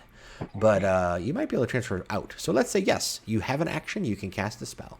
Yeah, I actually have, since I don't know all the rules, I have the handbook. Yay. And it says you can revert to your normal form earlier by using a bonus action on your turn. Brilliant. That's what I suspected. So go ahead and move to the place you'd like to be, and you can then transform back into your stony humanoid self, and then you. Oh, I see what I'm doing wrong. Okay. Yeah. Gotta highlight the arrow. There you go. I will pick those up. Thank you. And that is okay. So, to what spell would you like to cast? Okay. So, I would like to cast Earthbind. Okay. On the zombie. This one. Ah, yes. The one that's closest to all my friends? Yes. All right. So, transmutation, one creature you can see within range. Yep. Do you just want me to cast it? So I can do that. So you as the caster would know that this binds airborne creatures to the ground. Oh. Yes. It keeps people, it keeps them earthbound. It doesn't keep them held. That would be hold person maybe, or I don't know if there's another one that gives you movement of 0. But so you would know that would be Thorn Whip will work too. Yeah. Sorry. Yes. So instead, sorry, let's scrap that idea. Let's do Thorn Whip. All right. So you're Thorn Whipping that one. And are you choosing to pull the creature? Oh, no, you do pull it. All right, so let's roll that attack. Roll a d20. Unfortunately, it looks like the cantrip's programmed to give the description, not the attack roll. Cool. I could fix that for you if you like, but otherwise, you can roll a d20. Would you like me to make it? There should be a spell attack option somewhere in there. It is on the front of your sheet, in the middle of the front page, where all the other attacks are. Perfect. All right, are we ready? Yes. Thorn Whip. There it is. All right, that's a hit. You strike this clearly dead humanoid. You zip your thorn into the... What does it look like when a stony druid shoots a thorny whip? I'm so glad you asked. It looks like malachite. Exactly. So this like shard of sharp stone shoots out from your hand and has this trail of little lumps of stone in like a chain.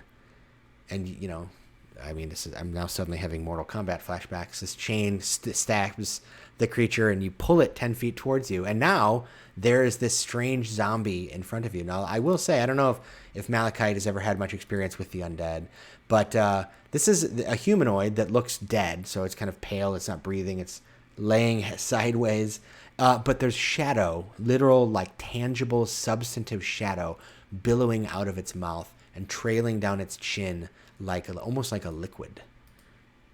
And it's kind of, gasping at you. I don't like that. And that is your turn. It is now Ren. You are up. Malachite has appeared suddenly near these stones. What would you like to do? So what's our visibility? Can we now clearly see, or can Mal see the zombie because it's up close to him? So yeah, because you're medium sized, right? So if you stand up, you can see everybody just fine. You just see their top halves. If you duck or transform into a tiny creature, for example, then you're both invisible to others, but also can't see, right? You're heavily obscured. So yeah, as long as you're, you can even remain stealthy by just kind of peeking your top of your head up if you'd like. You'd have to use the hide action, but yeah, you can see where everyone is now. So I think the stealth mission has effectively failed at this point. Ren is traveling with a bunch of people who apparently haven't stolen a thing before in their life, and they don't know anything about keeping a low profile. So he uses the ice staff that he created as a pole vault, and he vaults over the water, and he's just sort of grumbling to himself the entire time, as he's running up behind the zombie, and then he gives it a good old whacking. All right. Feel free to whack away, sir. Right there. And with the Monk of Endless Tides, shaping water into an ice weapon, yes. The damage counts as cold. So let's see here. So yeah, there it is, water weapon. All right, so I need you to tell me, right? This is, everyone, gentlefolk, this is the Way of Endless Tides monk subclass designed by our own Cliff Moore. Tell me, Ren, what does it look like when you fashion water magically into ice and use it as a weapon? What does weapon look like? So, Ren, with much of the same gestures that he used at the well, pulls this water out of the little stream, and it starts to coalesce into this shard of ice. But then it starts to shape like a wave pattern. It's constantly kind of coruscating up and down the staff, and as he swings it, it trails like a cloud of frost, and he just whacks this thing almost like baseball bat style in the head. All right. So you strike the staff, imbuing it with this cold energy, and do 7 cold damage. And it successfully, this ice crystals shape and cover the creature's back, and it cracks its skin, and you can tell that it definitely is badly injured now. It slowly turns to look at you, not having expected you to run up behind it as such. Is that all? Is that your turn? So it's still on its feet. It is still up. Yes. Okay. So when it turns around, Ren blanches and leans away from it, and then he proceeds to kick it in each of its knees with flurry of blows. Oh, nice. Okay. So go ahead and unleash on this thing. I'll use a key point for that. Let's see. Oh, good hit. And let's see the second one. All right. Would you like to describe dropping this thing? Well, let me see. You drop it. Go ahead and describe it. What it looks like to drop. Right. So, yeah, Ren is completely startled by this undead creature having absolutely no experience with the undead, and just sort of defensively kicks it, once in each knee. And then, because it's undead, I guess the thing just sort of collapses in the heat. And then he just starts, bashing at it on the ground like you would a spider, with the frozen staff. No, dead, no. So you smack one knee, you hear a satisfying or maybe sickening, depending, crunch. On the other knee, it collapses to the ground and you're like, down, stay down. But something strange happens because it slowly looks up at you. Not dead yet. And now it's its turn. Oh, actually, no, it's the other one's turn. All right, so this one comes, so to your left, one comes shambling over. And, let's see. /R, 1d2. 1 is Malachite, 2 is Ren.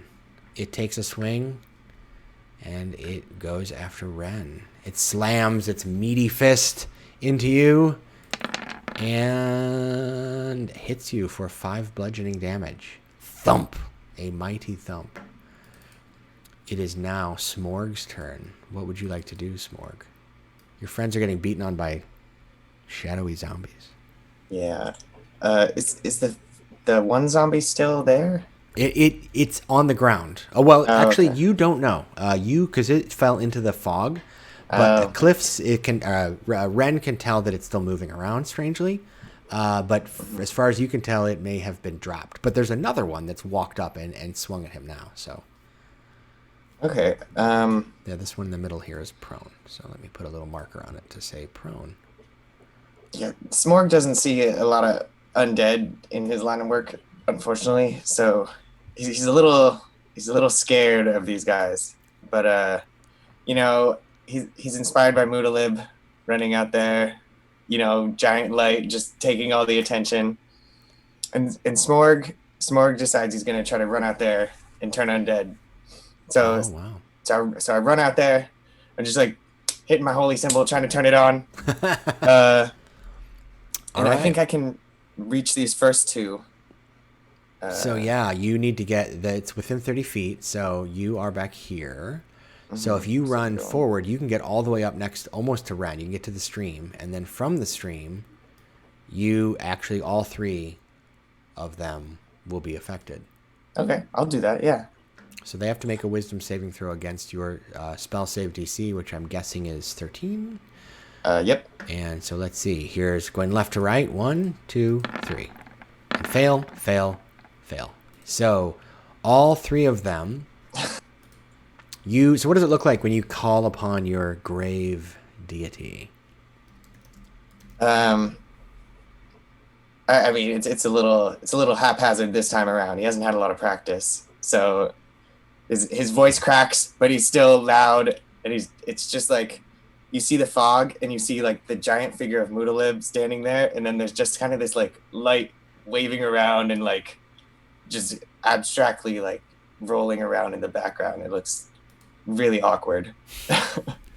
So all right, so you call upon your deity's power. All 3, the 2 that you can see standing, turn and look at you, and they start stumbling backwards as though they are terrified.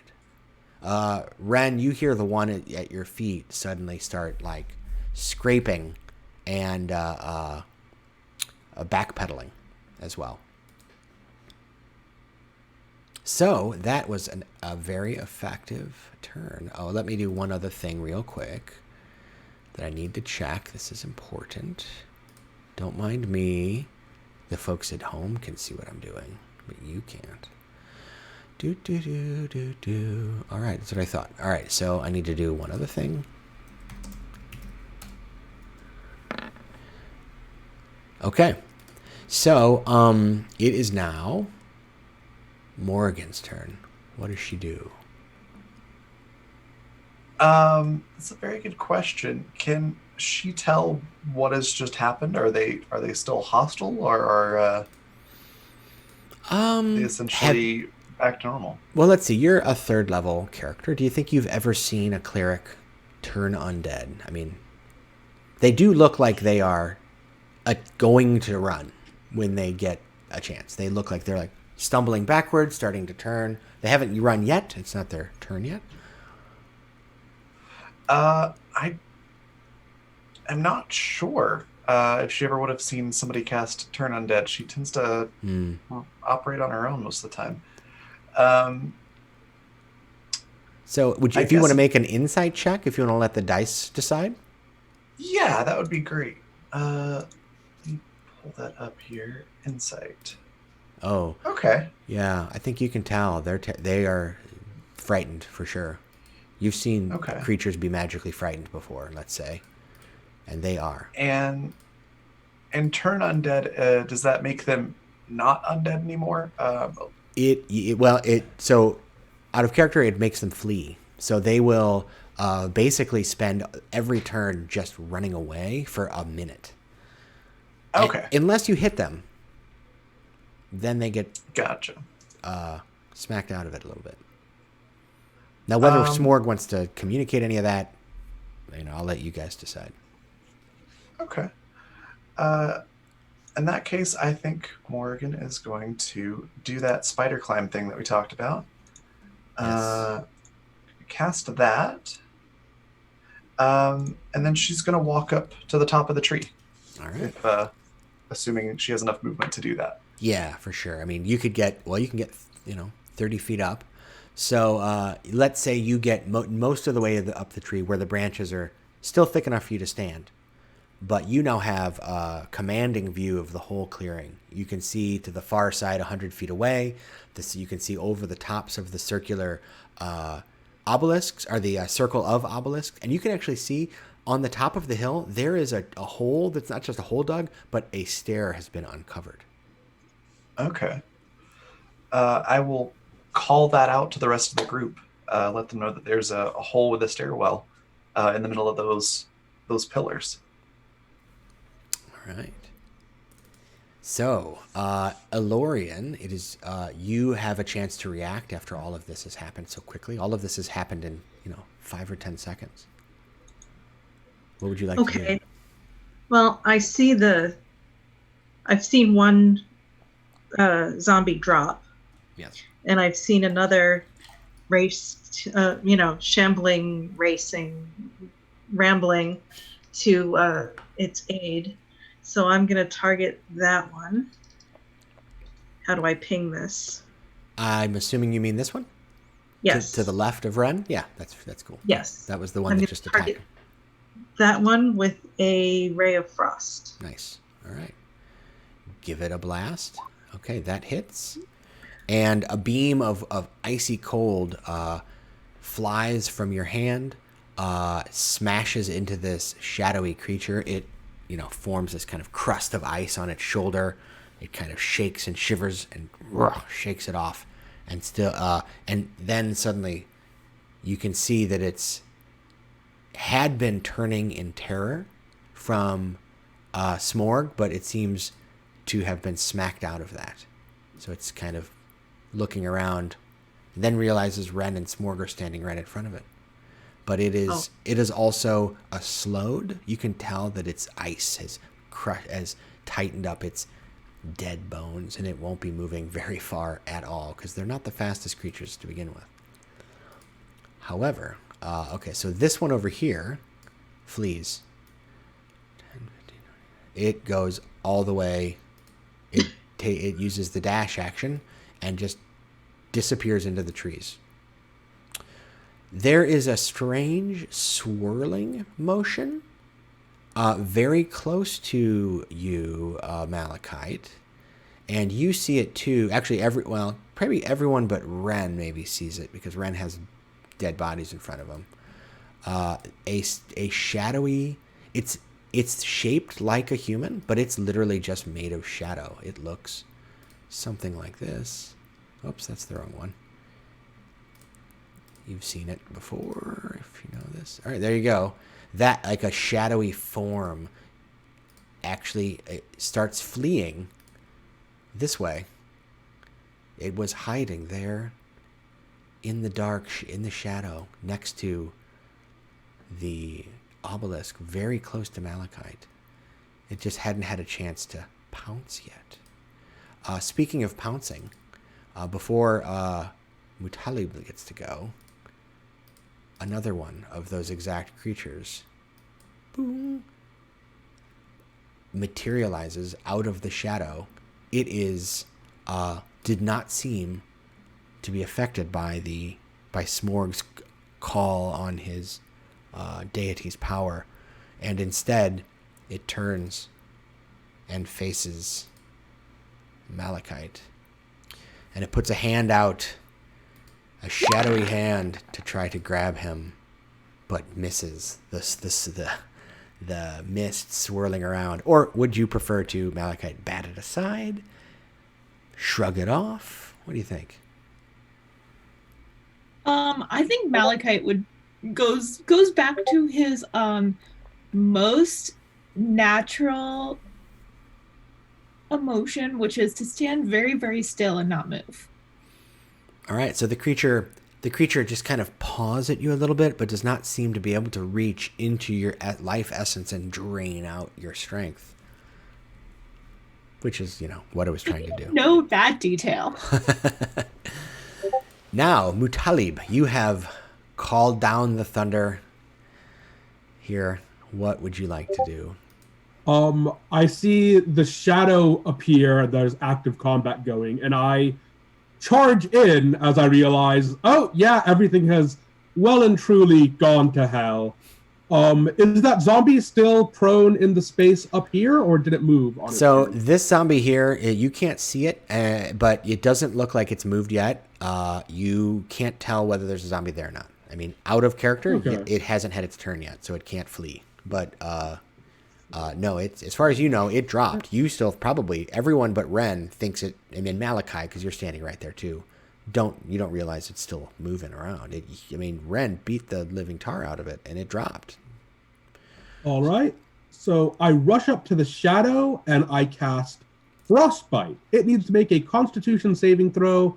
One moment while I just use the bit for this. There we go. And I will roll the save. See how it does. Oh no! So you conjure forth icy magic, and the shadow seems Entirely unaffected. Yeah, it's as though, this shadow that's swirling around you is not only kind of bilious and toxic, but also very cold. And so it might be the case, that this shadow is inured to magical cold a little bit. Mm-hmm. All right, we are back at the top of the order. Malachite, you hear it scrambling on the ground to try to get away. A zombie at your feet. Oh, nice. There's another zombie that's not trying to flee next to Ren, and there's a shadow next to Mutalib that is also not trying to flee. So you're going to cast. Oh no, that's Smorg. What are you up to, Malachite? Malachite's a very straightforward, direct kind of guy. So I think that he takes his staff, which has been naturally reformed from petrified wood. Which I think, for flavor, it might be just, whatever stone is, nearest is what the staff, reforms That's as. cool. So at this point, it might be, an obsidian obelisk-y ebony color for the spice on top. Anyway, he's just going to take his quarterstaff and slam it into the zombie in front of him. Okay, the one on the ground or the one standing? Because there's, you got three in front of you, really. Yes, he is going to slam it into the one that Ren attacked. Okay. That was sort of writhing on the ground. Right. I think it's the one directly in front of him. Yep, you're pretty aware of it. The mists are also clearing. I have cleared through the violent motion. You can actually see it at your feet, and it's laying down. And that means it's prone, which means you have advantage on the attack. Nice. Okay, cool. And he's using both hands, so it's like a two-handed. All right, so Slam that'll thing. do the D8 damage. All right, so that is a hit and a good one. So it has to try to survive. It's, I think, is it 5 plus? 5 plus damage dealt if it's the stay alive no matter That's what. exactly the number he needed. That's exactly the number he needed. All right, so I'm going to say that you do so much damage to this creature. It's barely alive still, but you don't think it'll probably ever stand again. Let's put it that way. You may have removed its capacity to stand because it no longer has a leg or two. But it's still writhing around. You've got that just top half of a zombie torso doing the thing. It's So- pinned like a bug. Yes, absolutely. Quick question: would that mean that it doesn't have a leg to stand on? Neither, exactly. Yeah, it's really it has no position here, right? So there we have a zombie down. It's still clawing at your feet, sadly. Frustrating guy that he is.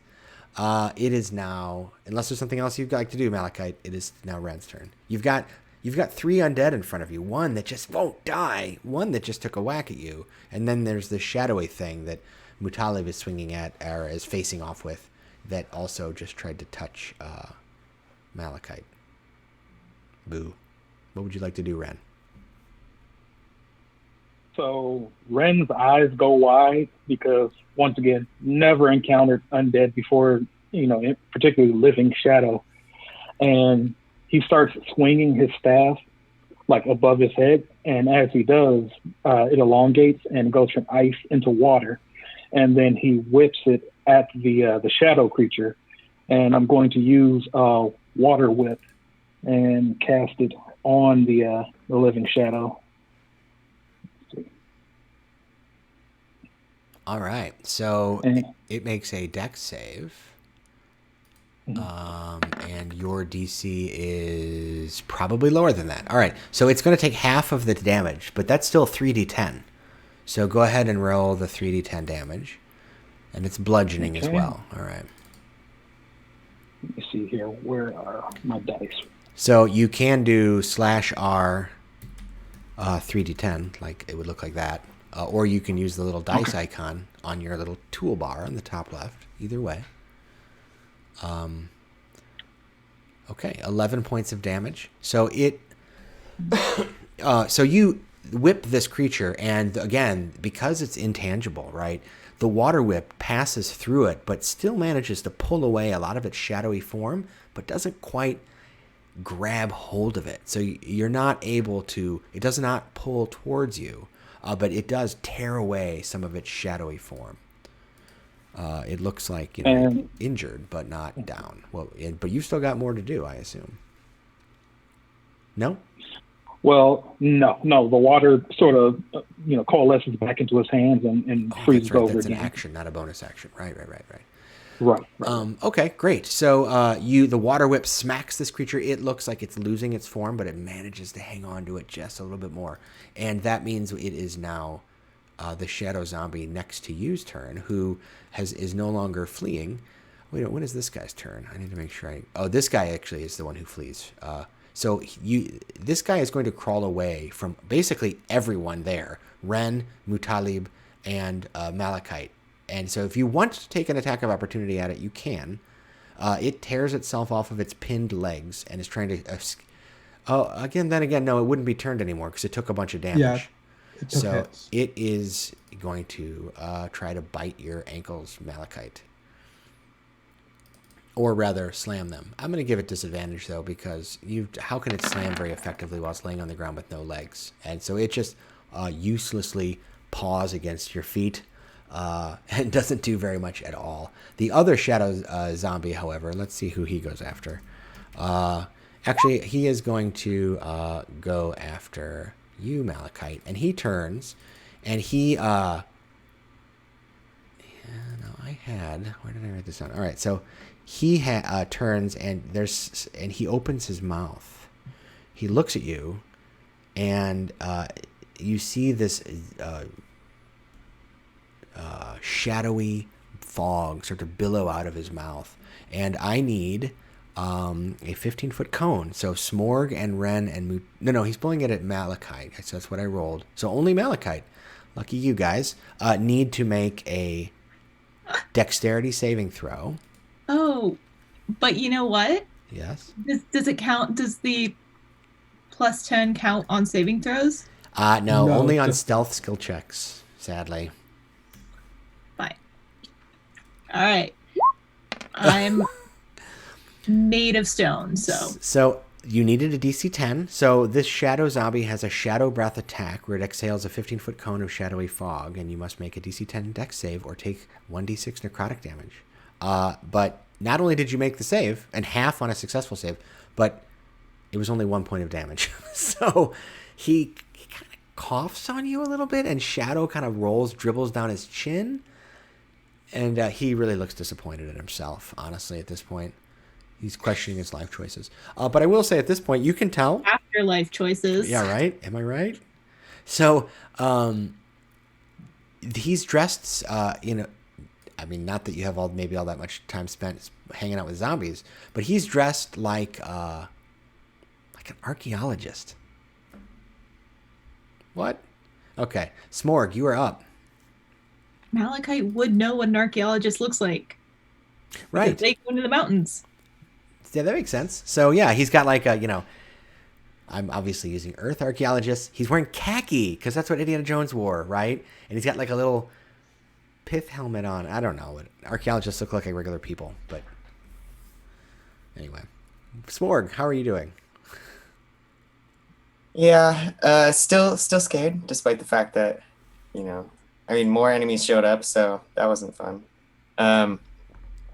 But Smorg just wants to pile on. It looks like, we're all just getting in there. So Smorg's going to take a step forward, and I'm going to use a Word of Radiance on...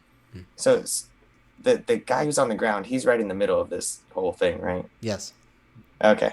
Yeah, so I'm just going to step forward and use Word of Radiance, and I think I can hit both of them. They're within 5 feet. All right. Go ahead and give it a shot. Yeah, it's a whisper. It's very close. I think they just make a save. Yep. So. Oh yes. Each creature of your choice that you can see within range. Nice. Okay. All right, and that is a Wisdom, Constitution save. Okay. So you're gonna do all three. Here's zombie standing. Here's zombie on the ground. Oh my, they both make it. I bet. And here is Shadow though. Oh, the Shadow's more than 5 feet away. Oh, yeah. Well, yeah, I guess so. It's a shadow within 5 feet of you, not of 5 feet of the target, right? All right. So, unfortunately, it's as though they just don't hear you, right? You utter the Word of Radiance, and these creatures that were moments ago terrified of you because of your divine power act like they just don't hear you at all, right? Oh man. They've got shadow in their ears. They can't. In fact, one of them even looks and just goes, no. Morgan, what are you going to do from your perch above this scene? Oh, I now have targets. Yes, you do. So Morgan is absolutely delighted by that fact, actually. I think she's going to target the shadow thing right here was still relatively healthy. Was that right? Yeah, it looks still coherent. Yes. Okay. And it seemed to be giving everyone quite a bit of trouble overall. So she's gonna shoot for that with the Warlock spell. The Warlock spell. All right. So that is actually on a shadow. Let's see. So here's a question. Do you think that the shadow would have been able to see you? I'm going to say no, because I had it ruled that they wouldn't see anybody until you entered the clearing. Awesome. Which is giving you advantage. So they know you're there now, though. So is this is just a vanilla Eldritch Blast, no pushing or anything like that? Oh no, you've got the Agonizing Blast on there, don't you? No. I don't think so. I just have Eldritch Spear. Oh, Eldritch Spear. If I remember correctly. All right, so this blasts right into it, and it tears a giant hole through the creature, and it is barely keeping its form together. Right, it has not. It's like a wisp, but it's still there. You can see its form struggling to try to reconstitute itself after being shot through with this blast of energy. Okay, Elorian, what are you going to do? Okay. I'm not sure I can take down the shadow, but I think I want to try. Just trying to figure out the best tool to do that. And is there any way I can glean any information about it? Things I might remember from Shadow's past? Well, I mean, you've seen it. It seemed to be just absolutely devastated by Morgan's shot. It did not seem to be as bothered as you would have expected by the cold attack that Mutalib gave earlier. It seems like it could probably be damaged by physical attacks as well. So it looks very nearly dissipated. You think that virtually any amount of damage would probably be enough to scatter what little essence remains. Well, I think in that case, I'm going to go with the old standby and magic missile it. Yes. Okay, describe. You don't even need to roll unless you'd like to. What it looks like when your magic missiles tear the shadow apart. I extend one hand and force spews from my fingertips, and little shards of light blast into the shadow and rip it apart, and it scatters into daylight. Yes.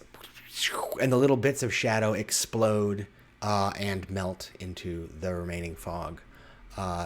As that the shadow is no more. It did not get to drain anybody's strength. It's very sad. And after I do that, I'm going to use my bonus action, Tempestuous Magic, and fly my 10 feet up and look at the surroundings. It's not quite a tree view, but it's, if the fog is scattering there, maybe I'll be able to see a little more. And then... Okay, so you kind of rise up a little bit, and you can tell that, there was a shadow or two that are all fleeing out into the woods. You can see them in the distance. So they got turned, and one zombie as well. They must have gotten turned by the magic as well. So you've just got only these two. You've got one standing zombie, one zombie on the ground at very close to death, and you too can see that there is indeed a dark stair on the top of this hill peeking up above this vile fog. It is now Muttalib's turn. All right. So let's see. We're down. That zombie is still hanging on to life, the one on the ground, right? Yeah, barely. Okay. It just doesn't have a token anymore, so I keep having to double check. I think I'm just going to try and finish that off. I've got advantage since it's prone, so I'll draw my longsword and stab. That's a hit. 24 is a hit. So that's 11 damage total. So DC 16. It is dead. All right. So all right, you finish this creature off in dramatic style. It's got a torso and a head and some arms. I'll give you. I just step over it, draw my blade, and then just plunge it into its head, and wait for a second to make sure it stops twitching. Draw up. Is everyone all right? I mean, besides the other zombie. Yeah. Is that an archaeologist? It looks a little bit like one, yeah, now that you mention it. So there is one zombie remaining, and it is going to go after Malachite and Ren. So Malachite, Ren, what would you like to do? Let's start with Malachite. We're going to now go into this battle's about over speed mode. So Malachite, is there anything in particular you'd like to do with the final zombie that remains? I think he can do another two-handed whack with his weird obsidian staff. All right. And what about you, Ren? We'll go ahead and roll that. Malachite. Excellent. Yeah, Ren is going to basically help Malachite pinata this thing. There's really not a lot of finesse here. It's just like... Yeah, beat it until terrible candy comes out. Right. Feel free to go ahead and roll. Let's see if you can do enough damage to knock it, which you down. It has an AC of 8, so you need to hit it. Okay, one more good hit might do it. We'll see.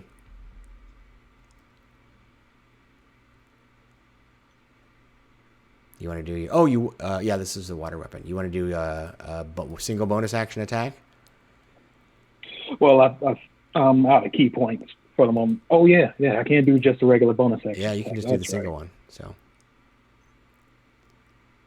all right, that's good enough for me. The zombie. Let's see if it just for fun. Nope. All right, so you give it a whack and another whack. The zombie collapses into the shadow, and the area falls silent. It seems that yes, indeed, these are recently dead humans. They seem to be dressed in kind of as though they've been in the business of digging, but also scholarship. There are 2 canvas tents to the north. There is a circle of standing stones, these black obelisks. There's a hill with a small stair in the top. What would you like to do? Let's check out the tents, see if there's maybe a hint as to what they were doing here. This does seem to have most of the answers we're looking for. River next to corrupted site, which is how it got into the groundwater. These guys did something that got them turned into zombies. Not sure if that's like opened the wrong ancient seal or if like evil cult that meant to do this and accidentally killed themselves, but this seems to tell a pretty clear story, but we should check it out and make sure. All right. I agree with checking out the tents before the stairs, just in case there's anything useful in there.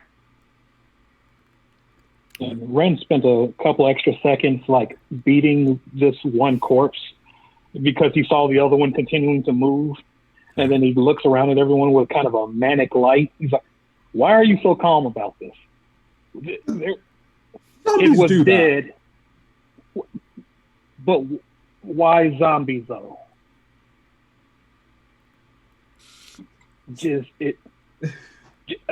So some of you who've had experience with the necrotic energies or practiced with dealing with death, for example, the Grave Cleric, Smorg, would know that necrotic energies are part and parcel, a hallmark, if you will, of the undead.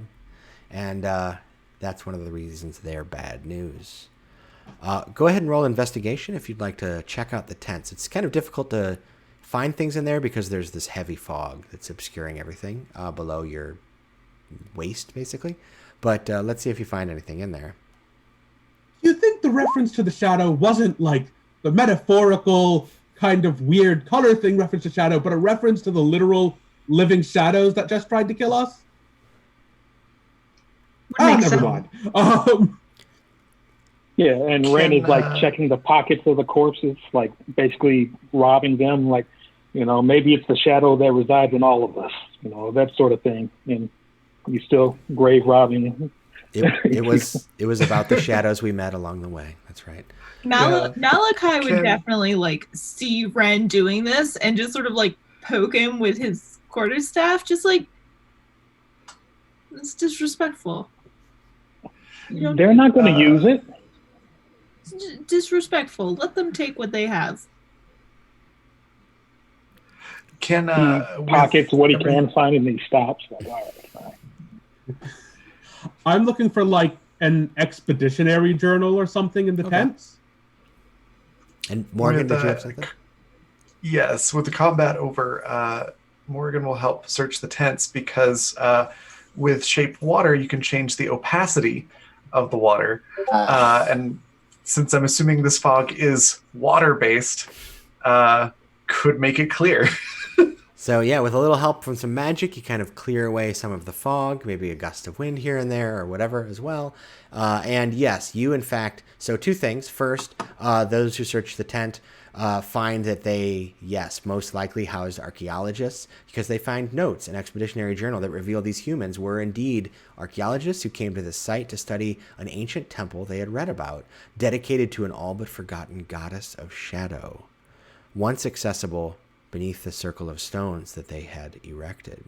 Their notes record that long ago an order of clerics and druids known as the Light Wardens had occupied the evil temple and performed a ritual to seal its portal.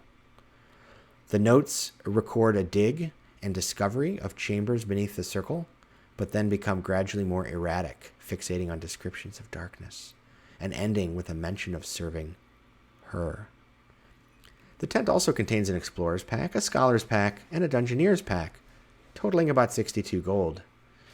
The zombies do not have much on them besides their tattered clothes and the stench of death.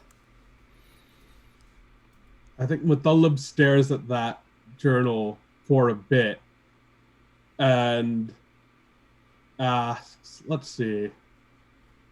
Yeah, I think asks Morgan,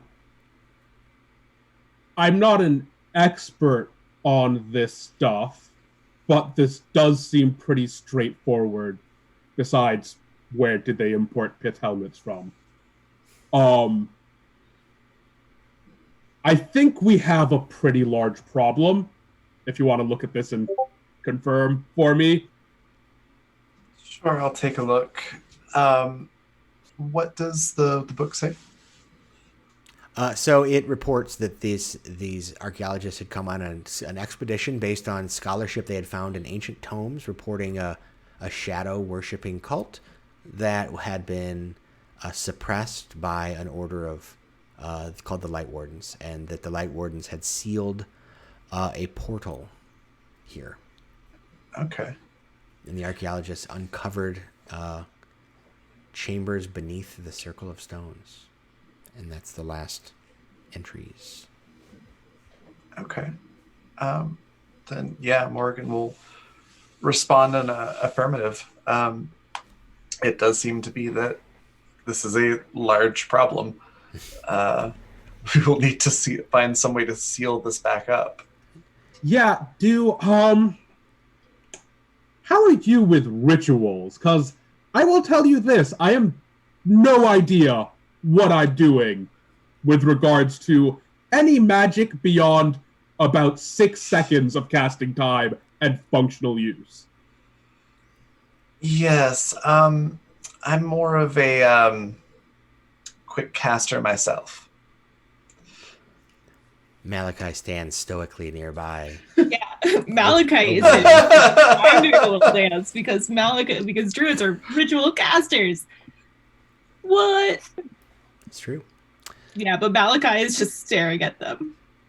I think that he's like standing in between like some of the obsidian columns, just sort of like Camouflage. Eloria, do you know magic stuff? I mean, like, useful? Not like this sort of magic stuff, I guess. We've got to recreate an ancient ritual to seal up a portal because of unsafe archaeological practices. And, deciding to dig up a portal to an evil god, which, just gonna put it out there. I'm not too practiced with rituals. I just sort of emote storms, but I can look at the notes and see if there are instructions to follow. Maybe air and water want to help cleanse the corruption of this place, and they'll help us out. And Ren raises a hand like, and wait now, hear me out. Cultists generally have like chalices, and evil daggers, and other things that fetch a pretty decent price in an open market or not open market, a shadow market, if you will. We now, and just hypothetically, could go down into the space, take whatever ancient things are there first, and then close the portal. The last guys who went in there went mad and died. Malachi puts a hand on Ren's shoulder, and it's just like, that's a terrible idea, and I would hate to have to kill you. Well, now, I think that it was probably a fluke that turned all of the other people into... Pride, Brother Ren, comes before the fall. Smorg, you're a cleric to a grave god? You've got to have some training in this stuff. Would you like to make a religion check, Smorg? I don't actually know that. Well, I'll make the roll. You don't have to if you don't want to. Ren's joke was willfully bad. You can be willfully ignorant. It's fine. I was willfully non-stealthy. Yeah, exactly. Gonna make stuff up and see if you can tell what I'm talking about. But I do want to just pile the physical. I assume the shadows don't leave a body, but I want to pile the physical bodies up somewhere so I can bury them later. Yeah, that's easy. There's 2 here that have fallen, and then that several more fled into the woods and might return in a little while. So if you spend too much time here, they might come wandering back, you suspect. There's also the stairway at the top of the hill that nobody's taken a peek down. And so while Porg is dragging bodies around, they're right next to each other, so it takes just a moment. And one of them is only half a body because he died. So what would everyone like to do now? I think Mathalab has exhausted all of his other options, looks at Red for a moment, decides clearly not going to know this one, and then finally looks to Malachi. You do magic, right? You good with rituals and reverse engineering, sealing up a portal to an evil god from first principles with unknown and potentially catastrophic stakes. Would you like to make an Arcana or history or religion check, whatever you think might be relevant there, Malachite? Let's see. Yeah, I think religion at this point, because it's like a god thing. I'd also say, I mean, really, if you wanted to make one too, Smorg, you could too. Yeah, just because it's a grave thing. But what I can, yeah, that'll do it. So, Malachite, you're like, well, I mean, I don't know. You've probably never cast a ritual to close a extra planar portal, but you kind of are like, well, I don't know. Let me take a look, maybe. But Smorg, so you know that, well, the Light Wardens were doing this regularly. It was some sort of like routine of theirs. The problem is they just stopped doing it. So it might be that you can just go. This kind of magic might just need to be renewed or refreshed, right? And just about everything here you've encountered has been pretty literal. So they shed a light on the darkness that kept it at bay. You know, you're thinking, I don't know, maybe something to do with that. You might have the ability. It might be a relatively simple matter of just going down and closing the door. You're not sure, but you do know that it would require you to investigate that stairway down in order, because you looking around, you can tell the darkness isn't pouring out of the stairway. Covering it wouldn't stop it. The darkness is literally emanating from the ground. Oof.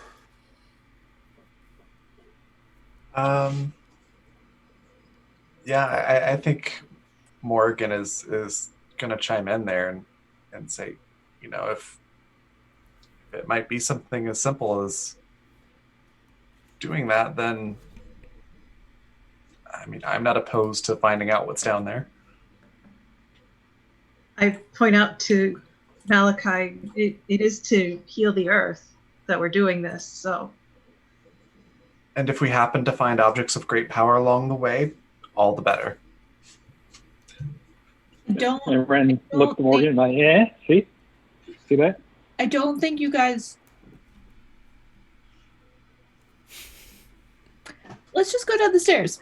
Malachi just like turns and walks down the stairs. Very well. Now, do we want to do this quietly, or do we want to like Stonebird walk down the stairs? Stonebird walk. Yeah, I think we're just walking down. I think if there's anything down there to hear what just happened, it probably heard what just happened. I mean, Malachite's more than happy to go into a weird underground silo made of stone. He's fine. So it's just the looting it that bothers you. Yeah, no, he's fine with like going into the stone. He's like, maybe I'll just like hang out here for 10 years in a corner by myself with no one to talk to. Sounds great. So I'll take that as you're going to descend the stairs. So I will move you to that map now. And we've got a fancy map. Let me place your tokens on it. Can I bless everyone? You can. Before we go down there. Absolutely. So everyone should. Or I have 3 or something. Yeah, you can bless 3 people if you cast it at level 1 or 4, I believe, at level 2. And you choose which 3. It gives you a plus 1d4 to attacks and saving throws. Okay. So let me, while you're picking who should get that ability, let me describe what you see. You find this excavated stair. It descends 20 feet into the darkness. Descending into the dark, you arrive at the entry to a nightmarish temple. The stone structure is black obsidian filled with unsettling angles and abstract, disturbing designs. A sense of dread emanates from within. There is a thin mist, like tangible shadow, almost like what you saw billowing out of the zombie's mouth on the ground, just an inch or 2 thick, that swirls around your feet in an unpleasant way. The air is oppressive and still, muffled even. The sound of running water in the distance, it sounds again almost like it's everything's muffled underwater.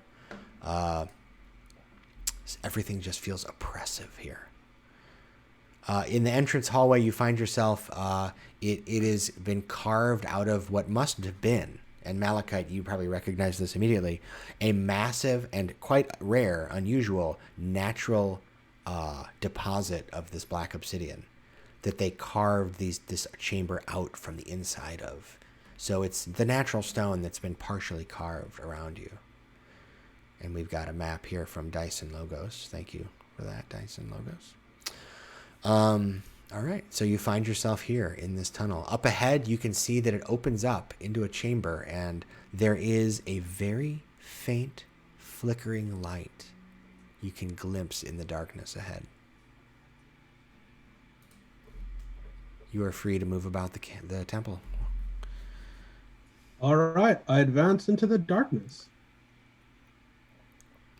All right, Mutalib strides past a door in a small hallway that opens into a side room. Mutalib, do you have dark vision? Do Goliaths have dark vision? I believe Goliaths have dark vision. I think they Let do, me yes. check. Yeah, I'm pretty sure they do.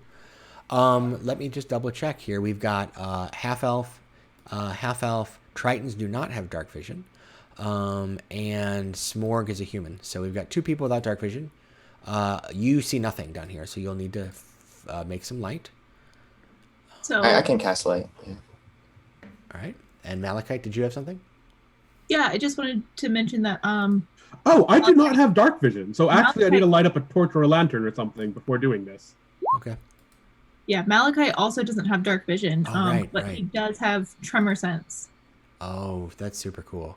So So- I'm going to say Bing. Now everybody can see thanks to the light spell that Smorg casts Uh-huh. immediately upon descending into the dark. Now, if you get too far away from Smorg, you will no longer be able to see. But you should all be able to see from his... Can everyone see now, by the way? Yes. Okay, just want to make sure everyone can see on the map. All right, so Malachite and Mutalib enter the next room. So let me describe what you see as you enter. You pass a small hall room to the right, which looks like some sort of ritual preparation chamber, right? There's like a little basin of murky water in it. That's where Morrigan has just moved in. As you move forward into the main room, however, you see this is a natural chamber, again, carved out of the hewn from the obsidian deposit here. There is a strange pool on your left of thicker, billowing, almost, again, tangible shadow. It looks almost like an ooze on the ground that's black, right in front of Malachite. Just beyond it is a little island of clearer ground, and on it sits a little pedestal. And the pedestal is not of this obsidian from the area. It looks like it's another kind of stone that's been brought in. And sitting on top of that pedestal is a small bowl, and in it flickers a small flame that looks to be like a dying candle. And there's actually words carved in the pedestal that you would have to get closer to identify. There are further two more braziers, again, deposited quite clearly later and not made out of this obsidian stone, that also have two flickering lights. We've got three pedestals with three dying lights. And at the far end, for those of you who can see where I'm pinging, there is some wobbly, undulating, shadowy oval. And tangible, liquid-looking shadow is pouring out of its bottom onto the ground. That's worrying. Yes. And the light seems to be like this dying light seems to be in conflict with this physical shadow pouring out of the portal. And each of the pedestals, again, has something carved into the front of it. What would you like to do? So I'm just going to put it out there. You guys got all those blessings they had back in town, right? Because I didn't.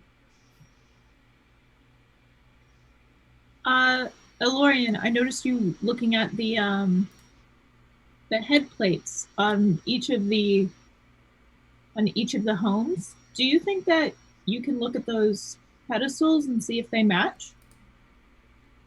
I think I can. Yes. Let's find out.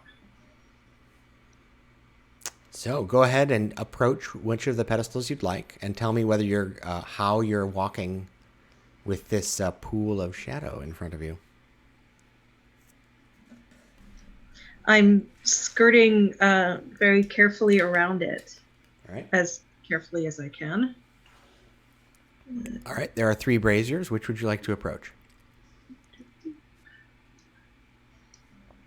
I guess it would be kind of silly to say the first one, but the first one. All right. So the one that's in the center, right? That's closest to you. All right. So you get a good, you don't need to get right up on it really. From 5 or 10 feet, you can see that it has carved in it. Yes, indeed. This portal has the shortened version of the blessing.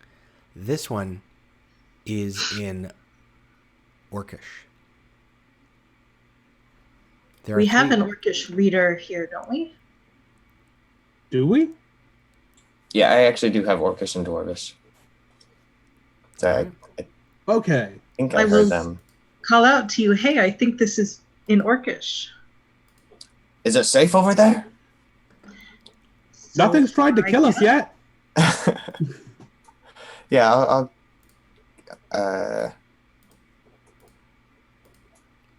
walk over there and All right. try to say it's this is the Orcish light. Yes. So would you say you walk through the black inky shadow on the ground or around? I try to walk around it. Okay. It's,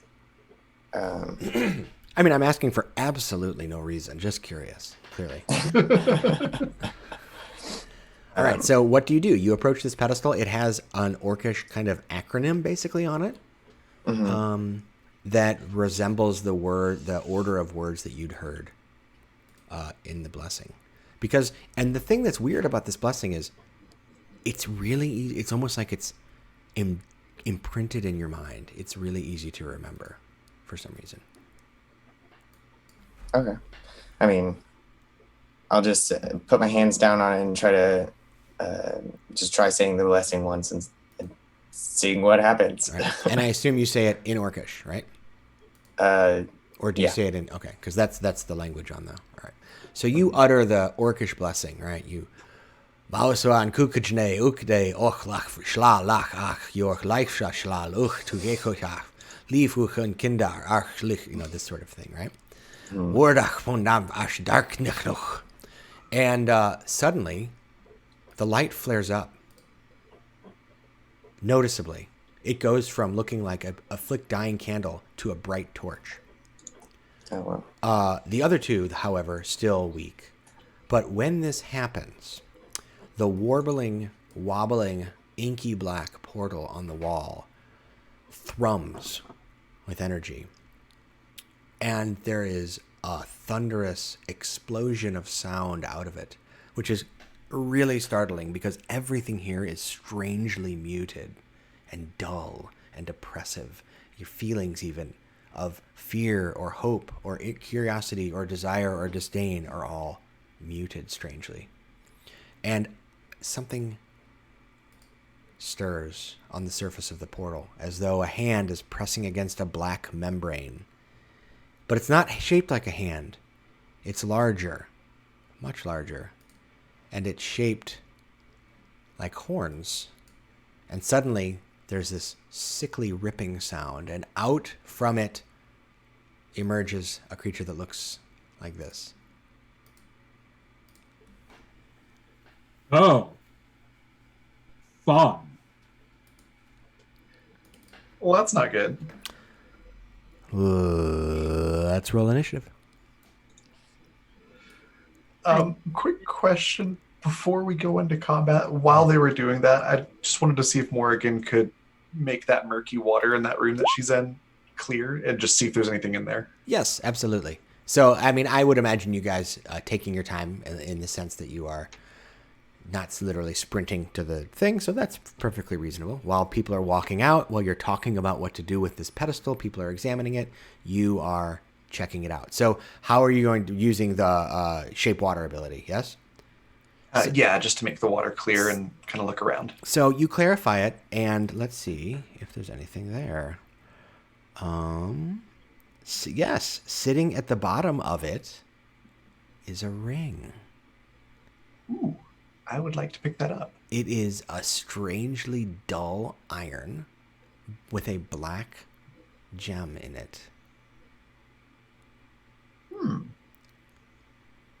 It is cold, strangely, unnaturally cold to the touch. Okay. What happens if I put it on?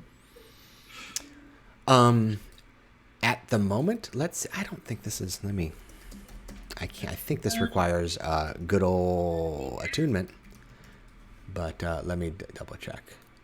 Gonna be super duper duper duper cursed. Gonna be cursed. Oh, yeah, Oh my goodness. Gonna be super duper duper duper duper cursed. Here it is. All right. So it does require attunement. So, in other words, you put it on and you get the feeling that once you get familiar with this ring, once you spend a little time on it, it's going to connect with you magically and have some effect that you think might be beneficial. It requires attunement, just speaking out of character. So if you put it on, you have to rest with it before you get its effect. Sorry. Oh, no worries. Okay, in that case, she'll just take it off and put it with her things. Okay. Before I imagine hearing a loud boom and going, oh dear. Right. Speaking of, let me do that because I got a thing. Yeah, I'll just share that with you again one more time for fun, because dragon. We are playing. It's not a dungeon, strictly speaking, but hey, I heard you like Dungeons and Dragons, so I put dragons in your dungeons. All right. Oh no. Because that's how I roll. All right. So speaking of rolling, there it is. That's how he rolls. All right. So everyone if you haven't rolled it yet, let's go ahead and I'm gonna have to fix this because I did not clear the old turn order, and I will just re-add you real quick. So moment, please. I get a nat 1. Okay. Understood. Actually, if you wanna help me by telling me what you add. So let's do Mutalib. What did you roll? 6. Thank you. I just need the actual number after modifiers. Malachite. 14. Thank you. Let's see. We've got Smorg. 8. 8. All right. Get in there. Boop. All right. And how about Elorian? 6. 6. All right. Yes, sir. So fast. And Ren. Blazing 9. A 9. Wow. Okay. So this is going to be rough. Malachite, you get to go first. And it looks like this. Okay, so let me describe this creature. This creature emerges, and it's draconic looking. Its scales are black and oily, but it also has something insubstantial about it, as though it is not fully there. It looks like it's made of solid shadow. It is not just a young black dragon. It is a young black shadow dragon. It turns to look at you and says, "Who disturbs me?" What would you like to do? Good fucking question. I had a plan, and then it was sentient. So now I'm not quite sure that I have that plan anymore. So I think Malachite, as he sort of hears this, will like go up towards this creature like an absolute himbo, and just I don't know why you guys are laughing. This was my character all along. And sort of like put his hands up, and I think that he's trying to like, I think that before he does this, he like glances at Smorg and Elorian, and is just like, light the torches, and like walks up to this creature and like puts his hands up, and he's like, "Hail, black dragon, keeper of the crypts, oily scaled and bright eyed, we come to worship at your feet." Okay. Go ahead and make a persuasion check. No, I think this is going to be a deception check. Unless it is in fact the truth. It is. It's not the truth. But I'll do deception. That's fine. Okay. Okay, that's a 15. And right. malachite's also like made of stone. If that might help or not. It certainly might make it harder to read. All right, let's see. All right, so the dragon says, If you have come to worship me, why have you lit the light ward? Extinguish it. Say the words of undoing. All the better to see you with. How are we supposed to be able to marvel at your magnificent form and your shape and your creation and being, your majesty, your gravitas, if we cannot observe you? So, all right. So you've appealed to its vanity. That seems to be effective, actually. And so the creature says, You have come to worship Vesarinth. Very well. What have you brought me in offering? Pause. The rest of you, Malachite seems to be either conning the dragon or selling you guys all up the river. You're not sure. Or maybe you are, depending on how well you know Malachite. There are 2 other pedestals nearby that have not been fully lit yet. But you do notice that this dragon has not entered this area alone, because that black inky stuff is starting to take humanoid form, and 3 more shadows rise out of the inky darkness, and they just stand there listening to their master speak. What would you guys like to do? So let's go through the turn order. The dragon and Malachite have spoken. Ren. No combat's happened yet. So Ren, having grown up with a bunch of, let's say, less than reputable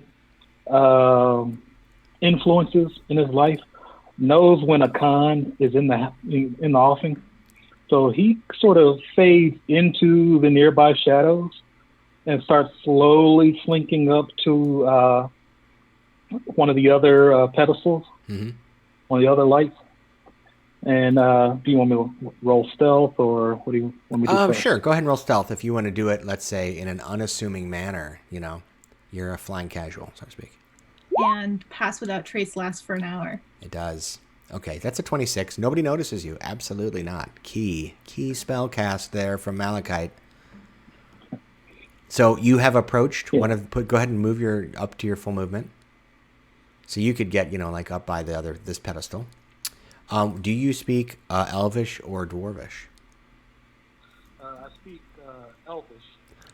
Oh, okay. Well, this one, huh? Oh, you suddenly got real quiet.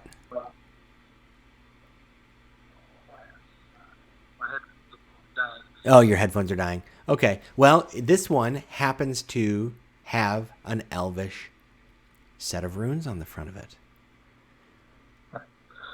So, Ren sneaks up to it, and then he begins to whisper in Elvish, as rapidly as he possibly can. Okay. All right. So you guys see Ren. Well, maybe actually most of you don't, because he's doing it on the sly, and you see him slink, if you're paying attention, closely to this thing. So let me go ahead and move you on up there, Ren. You're like here, and he bends down and whispers some words, and all of a sudden, the light flares forth, and it's like a wind is blowing through the room.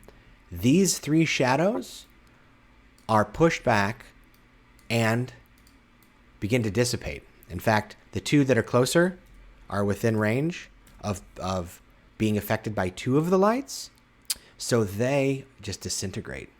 This one is still only in the domain of the first light, so it's just stationary. The dragon bellows. No, you have come to destroy me. Now is the time of shadow. We shall not be pushed back again. Well then, that got everyone's attention. Ren is no longer hidden because of the giant bright beacon of light. Smorg, the dragon looks very upset. The dragon is rearing back and breathing in as though it were about to exhale. What would you like to do, Smorg? Can I reach the final pedestal? You can reach the final pedestal if you dash. Yeah. Oh, actually, you know what? 30 feet. Yes, you can. You can reach it. Well, I'm just gonna.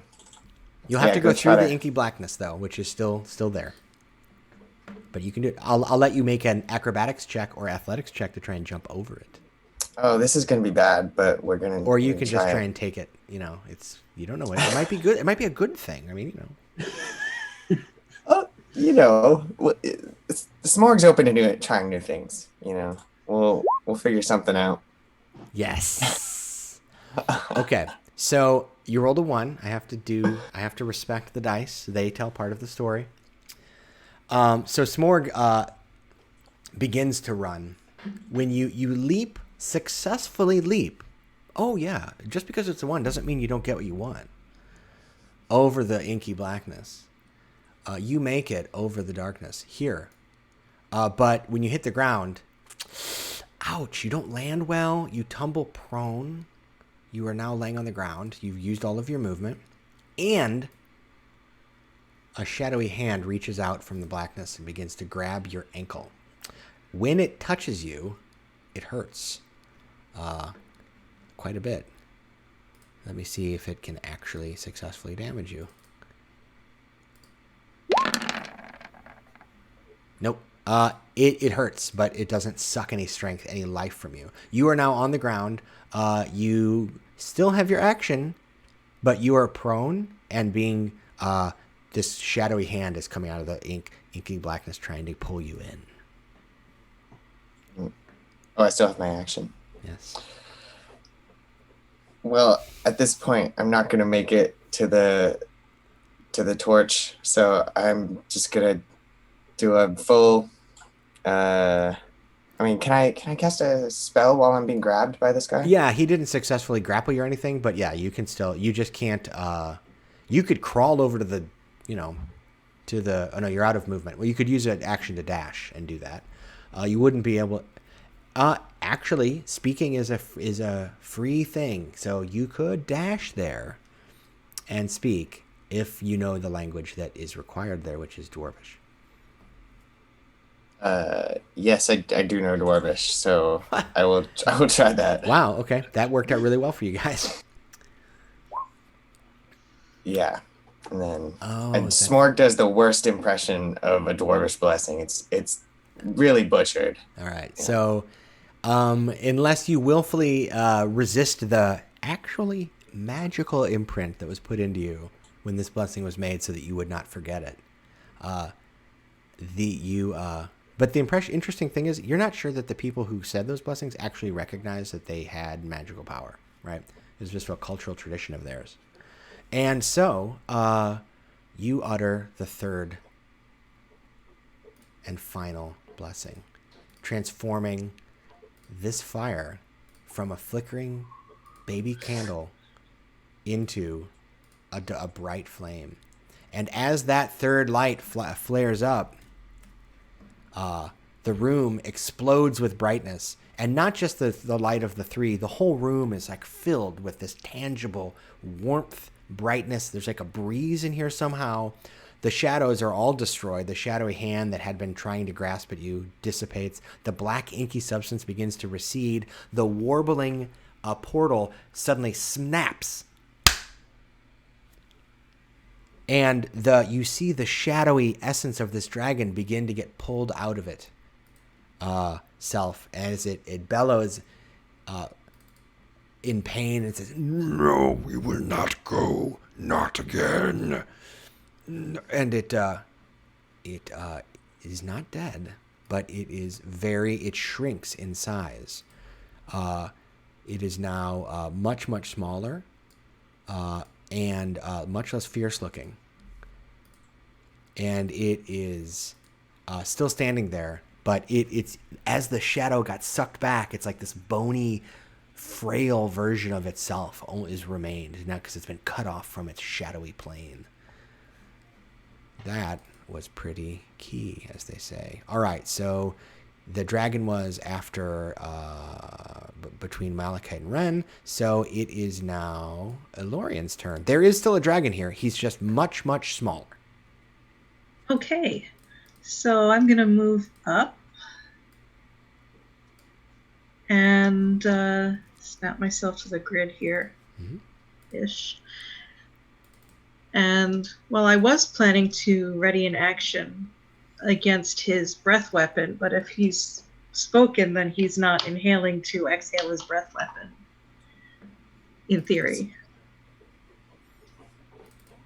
Go ahead, and well, what would you like to do, given that possibility? Given that possibility, I need to look at my spells again. Sure, take your time, no problem. And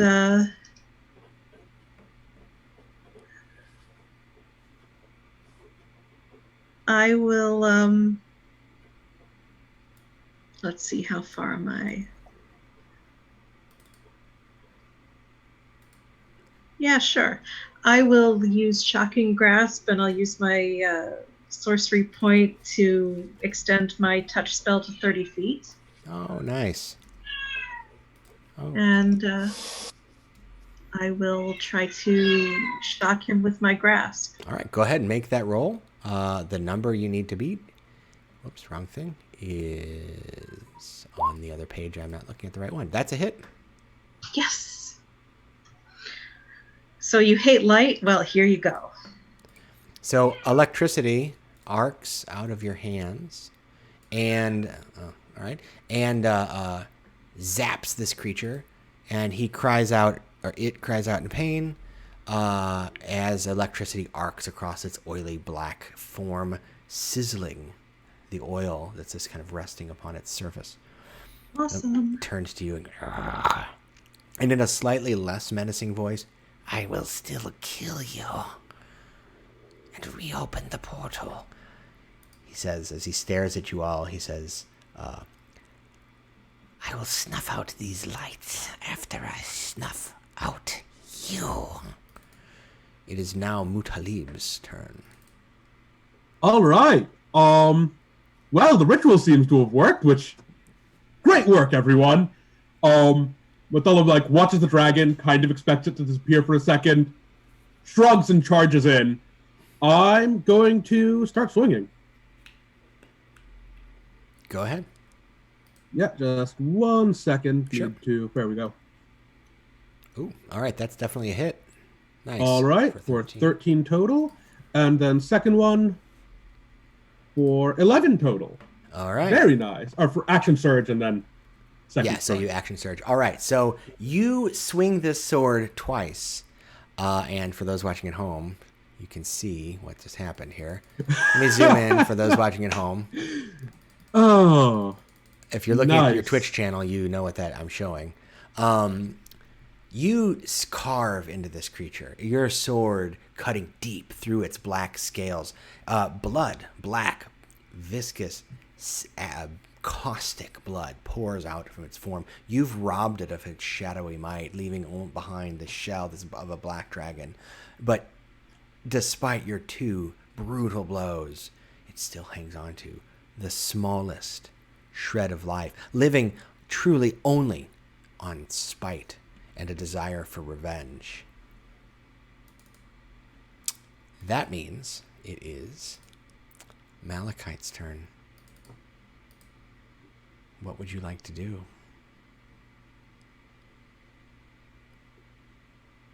Muted.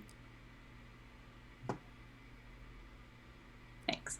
I don't think I'm going to do anything fancy, especially with Mutalib getting so close. So I think what I'm going to do is, I already clicked it, but I'm going to Thorn Whip.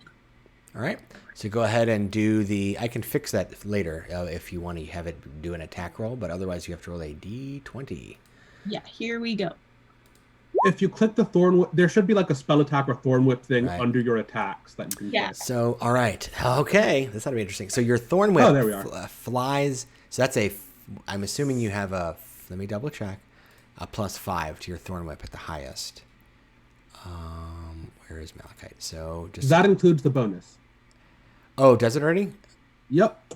Oh, it does. You're right. Okay, never mind. That was not a d20. All right. So yes. So your thorn again. The stony thorn shoots out from your hand with this trail of stony chains, and it smacks into the dragon. But unlike the time when you just skewered the zombie up above, this time it deflects, not able to penetrate the draconic scales. Weakened though they might be, it is still a dragon. And you can move if you like. No, but I do want to pull it towards me anyway. You can only do that if you hit it and do damage. Is that right? Yeah, if the attack hits, it does damage and pulls. Only on a hit, alas. Okay. So the dragon steps here. Hmm? The dragon's turn now. The dragon growls, its head hanging low, and it says, "I told you I would bring you my death to you." And it takes a deep breath.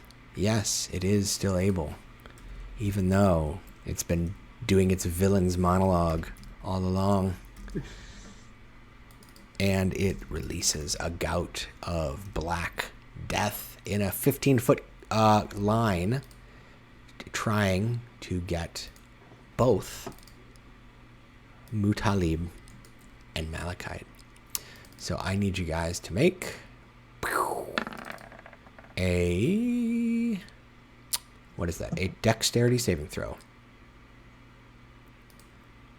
Oof. And because dice are fun... I got a 9, but I do need to check if I have a valid reaction to this, because I might. You probably won't need it. Did you just see the damage roll I rolled? Holy cow. That was 5d8, average of 22. I rolled 1, 1, 4, 1, 1. I've never seen that in my life. All right, fantastic. That's not what that does. Why So would it? absorb elements you can absorb, but I don't think necrotic. No, it doesn't do necrotic. Yeah. I was checking. I So- was trying to open up the thing. So here's what happens, right? This black shadowy dragon opens up its mouth, and you are expecting just hell and death and decay to come billowing out, and it just kind of goes, and this puff of necrotic energy just spurts out onto Mutalib and Malachite. You each take 8 necrotic damage, and it, you know what? It just is. It just hangs its head, and and shakes it and says, "Ah, it was to be our time. It was." Ren, this pathetic creature, wants nothing more than to see you all dead, but it is at the end of its rope. Okay, and Ren runs up. In the same way that he pole vaulted over the little stream, he uses the ice staff to pole vault in the air, and then uses that as extra leverage to try and bring the staff down on his head. He says, "Well, time's up." Wait a minute. Did we skip Morgan? Morgan. I don't think I ended up on the initiative order Okay, because I was well- like, I know I rolled a nat 1, but Yeah, no. I think we've gone full circle now. Okay, yeah, we have. We just did. So Ren, as you're running forward, so remember, Morgan was in the back searching for found the loot while you guys were taking care of the dragon. So Morgan, you are able by this time to get out into the main room. What would you like to do? There is a dragon here, and as you enter the main room, you see it expel this shadowy breath of death upon your friends and curse their very existence. Oh, cool. So Morgan, basically, as she leaves the room, is just going to hit invisibility, which, yes, level 2. There we go. All right. So you are currently unseen as you enter the chamber, and it is your turn. And then, can I make it far enough to see the dragon? Yes. Yeah. So go all right you here. need to be is in this kind of hallway right here, and you'll be Okay. able to see him. And you are clearly yeah. I mean, you're a good distance away. You'd have to have an ability to shoot a spell a very long distance. Like 300 feet? Yeah, maybe. know? It would be some sort of like eldritch spear or something. It'd be remarkable. Yeah. Well, seeing that this dragon has just coughed on my friends, I'm going to blast it in the face. Absolutely. All right, so because you're invisible, you have advantage that beats its armor class with a nat 20. Please, Ravyn, tell us, well, how does Morgan slay the dragon? Oh, that's awesome. It's low enough that this kills it.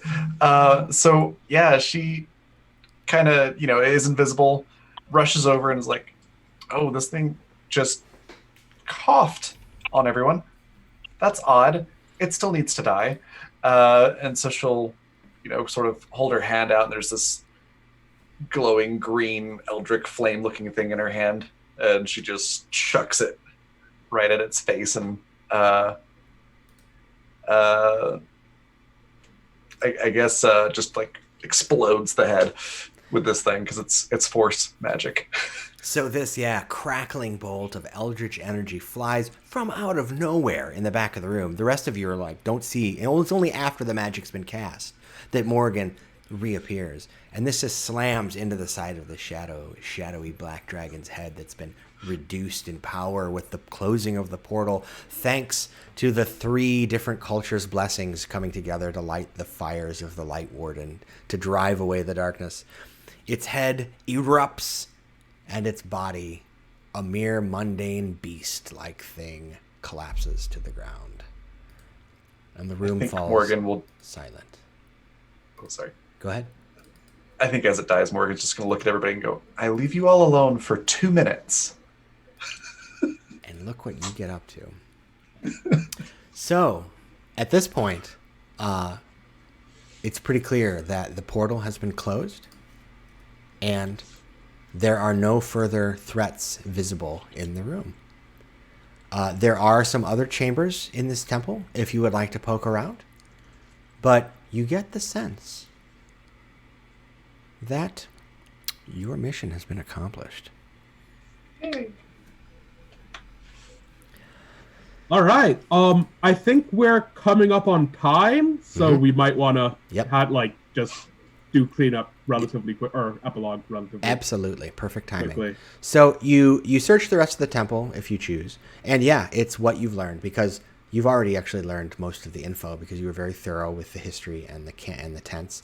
This was once a temple to lost Queen of Shadow, and the Light Warden's priests came in and built these magical braziers called the Light Ward to close the portal and keep it at bay. But the flames needed rekindling every so often with the blessings of these peoples that had occupied this region, because the Light Wards were acting on their behalf. Having said the blessings relit the fires, you have driven away the shadow and destroyed what was remaining. There are some miscellaneous valuable ritual implements, in fact, here, just as Ren predicted. There are several. There are, and this is actually the case, in the other room, there's a ruined dining hall with fungal growths. So Smorg finds some mushrooms, and you head back to the village, where you are greeted as heroes. And as you walk, it's half a day, but by the time you arrive, you can see the thorns dying. You can see the mist clearing. Apparently, it was an effect of, both the shadow portal and a young black dragon in the region. These are regional effects of such a creature, you see. You now have learned. Makes sense. Right. So I was wondering, I was looking at the characters like, would anybody know anything about black dragons? Probably not. But when you return, they celebrate you as heroes. And after a few more hours, the streams run clean and clear. The thorny branches entirely die. The milk stops boiling. People get good night's sleep for the first time. You hear reports later that people are having strange nightmares, etc., etc. And you are given this award, which is the symbol of unity. And this grants you kind of free lodging and identifies you as a hero of the area and a friend of the community of Unity and its values of diversity and cooperation. And That's Malachi amazing. carved into his arm like a bicep tattoo. Absolutely. Awesome. So, friends, that concludes our adventure. That's The Light of Unity by myself. We got to see the monk Way of Endless Tide in action with those water weapons, written by Cliff Moore. We got to see some the awesome character art from Ravyn Evermore for her character Morgan. We got to see the I just want to just throw it up here. Like I don't know, maybe you didn't get a good glance here, everybody, but here also on the screen is a little glance of Lynn's art for Malachite they made. So this is awesome as well, and we got to meet the wonderful characters of Gabrielle, Tyler, and Bashir as well. So next sessions, we will be featuring other creatives on Sigil Spotlight. So please feel free to check back in. Real quick, I just wanted to do a quick debrief. I'd like to hear from everybody. Just say like one thing or two things. Like this is a feature called Stars and Wishes. If you'd like to say one thing you really liked about it, one thing you'd like to see happen next time. If nothing comes to mind, it's fine, no pressure. But I just wanted to give everyone an opportunity to share their response on stream because we are creatives featuring each other's work. Gabrielle, did you have anything you wanted to say? I really liked the multiculturalism theme. That was really cool to me, and seeing all sorts of mixed ancestry creatures that you don't usually get to see, and now I want to play all of those fun combinations. I guess I kind of have to mention that's what the Kickstarter I did in February was. It was called Ancestry and Culture, an alternative to race in 5e. So this was an adventure out of that. So yes, I'm very glad to hear that from you. Yeah, that was a really fun thing to see, and to see it all mesh at the end. No complaints. That was a lot of fun. I'm glad to hear it. Tyler? Oh, yeah. No, I just liked walking around talking to people in the town. I do love doing NPCs and ridiculous voices. Mm-hmm. I guess I could have tried to work in the bonds more or something, but yeah. We kind of only briefly talked about it. No, if we play more D&D sessions and we're in the neighborhood of the levels, I mean, even if we're not, we can just keep using these characters, which will give us an organic way of growing relationships. And so those bonds can come into play later. But this was also, for stream, I know I was a little focused on hitting the time limit and all that as well. So hopefully in the future we'll have a little more time to breathe as well. But that's, totally good feedback. Thank you for that. No, that's fine. Yeah, thank you. Bashir, what do you have? Anything? That went really well. I really enjoyed getting to kind of show off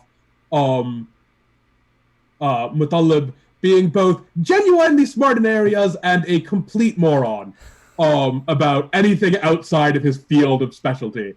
That was a lot of fun. I would like a little more character time. Yeah. Things went really well for us in terms of dice this time, so things didn't kind of spiral out of control. And during the fights, that is. And so something going terribly wrong would be great. I'd say Malachi did have a problem being stealthy, but I meant during the combat. Yeah, we had plenty of embarrassments on the way in. So speaking of Malachite, Lynn, did you have any stars or wishes? All right. First of all, embarrassment's a hard word. And that's unfair. Maybe a little bashfulness here and there. But yeah, I really enjoyed it. I had a lot of fun. I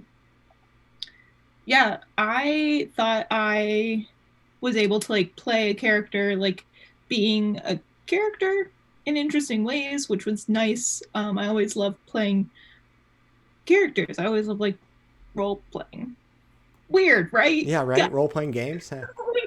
I would think. No, I thought it went really well. I think for a one shot that's really has to stay in 4 hours, I think we stuck to the rails really well, while also like doing our like having choices. So I think I really appreciated that. I think I want to echo Bashir's what Bashir said, like getting some more interaction between the characters, but I understand that like in one shots, like that's probably just like not going to be a focus, simply because we just don't have the time for it. So yeah, but otherwise great, had a good time. Fantastic. Lots of fun. Yeah, it'll be interesting. I'll have to think about if I run something of mine again, how to get more characters in. Maybe I'll like take one of the combats out and put more social interaction opportunities. Just leave more air space in it. You know, we could be interesting to talk about that. Oh yeah, did you have more? Sorry, one more, like, then is it. Yep. I think it's also like because we're a big group doing a lot in a small time. Yeah, 7 people on screen is a lot. So, Ravyn, did you have anything you wanted to add? Yeah. Well, one thing, I have a question. What was the ring? Oh, it's a ring of necrotic resistance left behind cool. by the Light Wardens, right? So. Oh, that's awesome. It gives you resistance to that is a really damage. cool item. Yeah. So. That was going to bug me until I knew what it was. Yeah. But yeah, no, I really enjoyed it. I'm trying to think of like things that really stood out as highlights. I really enjoyed the village, and well done with the whole multicultural thing. Like, it felt like a real place, and not just like, oh, here's the NPC village. So I really liked that. I typically too really enjoy having more opportunities for character interactions and characters to kind of show their personality. This actually worked out perfect for me tonight because I am it has been a week and I am a little out of it today, so it was perfect level for me tonight. But yeah, in the future I would love to see that if there's ways to do it, but it is very hard with large groups and doing a one shot. Yeah, the whole thing was fantastic. Everybody was absolutely delightful, and it was so much fun to play. Fantastic. I'm glad to hear it. Cliff, you get to finish up.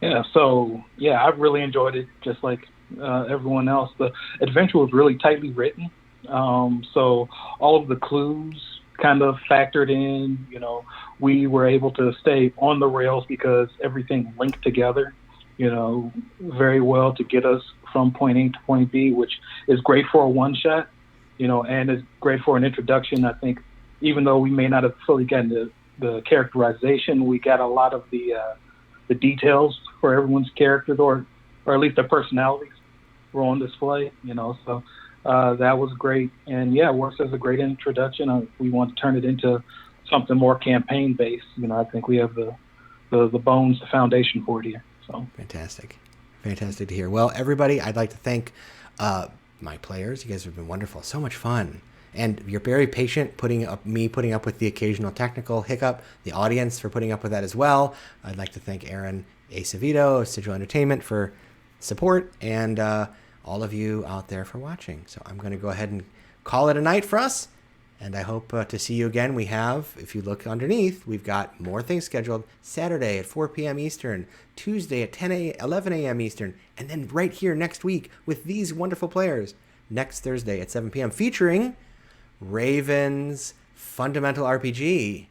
The week after, we've got some more D&D from Bashir. We got It Hungers. And then the week after that, we get Linda's game, Star Drawn. So we're going to have all kinds of fun stuff featuring each other's work in the next month. Please join us.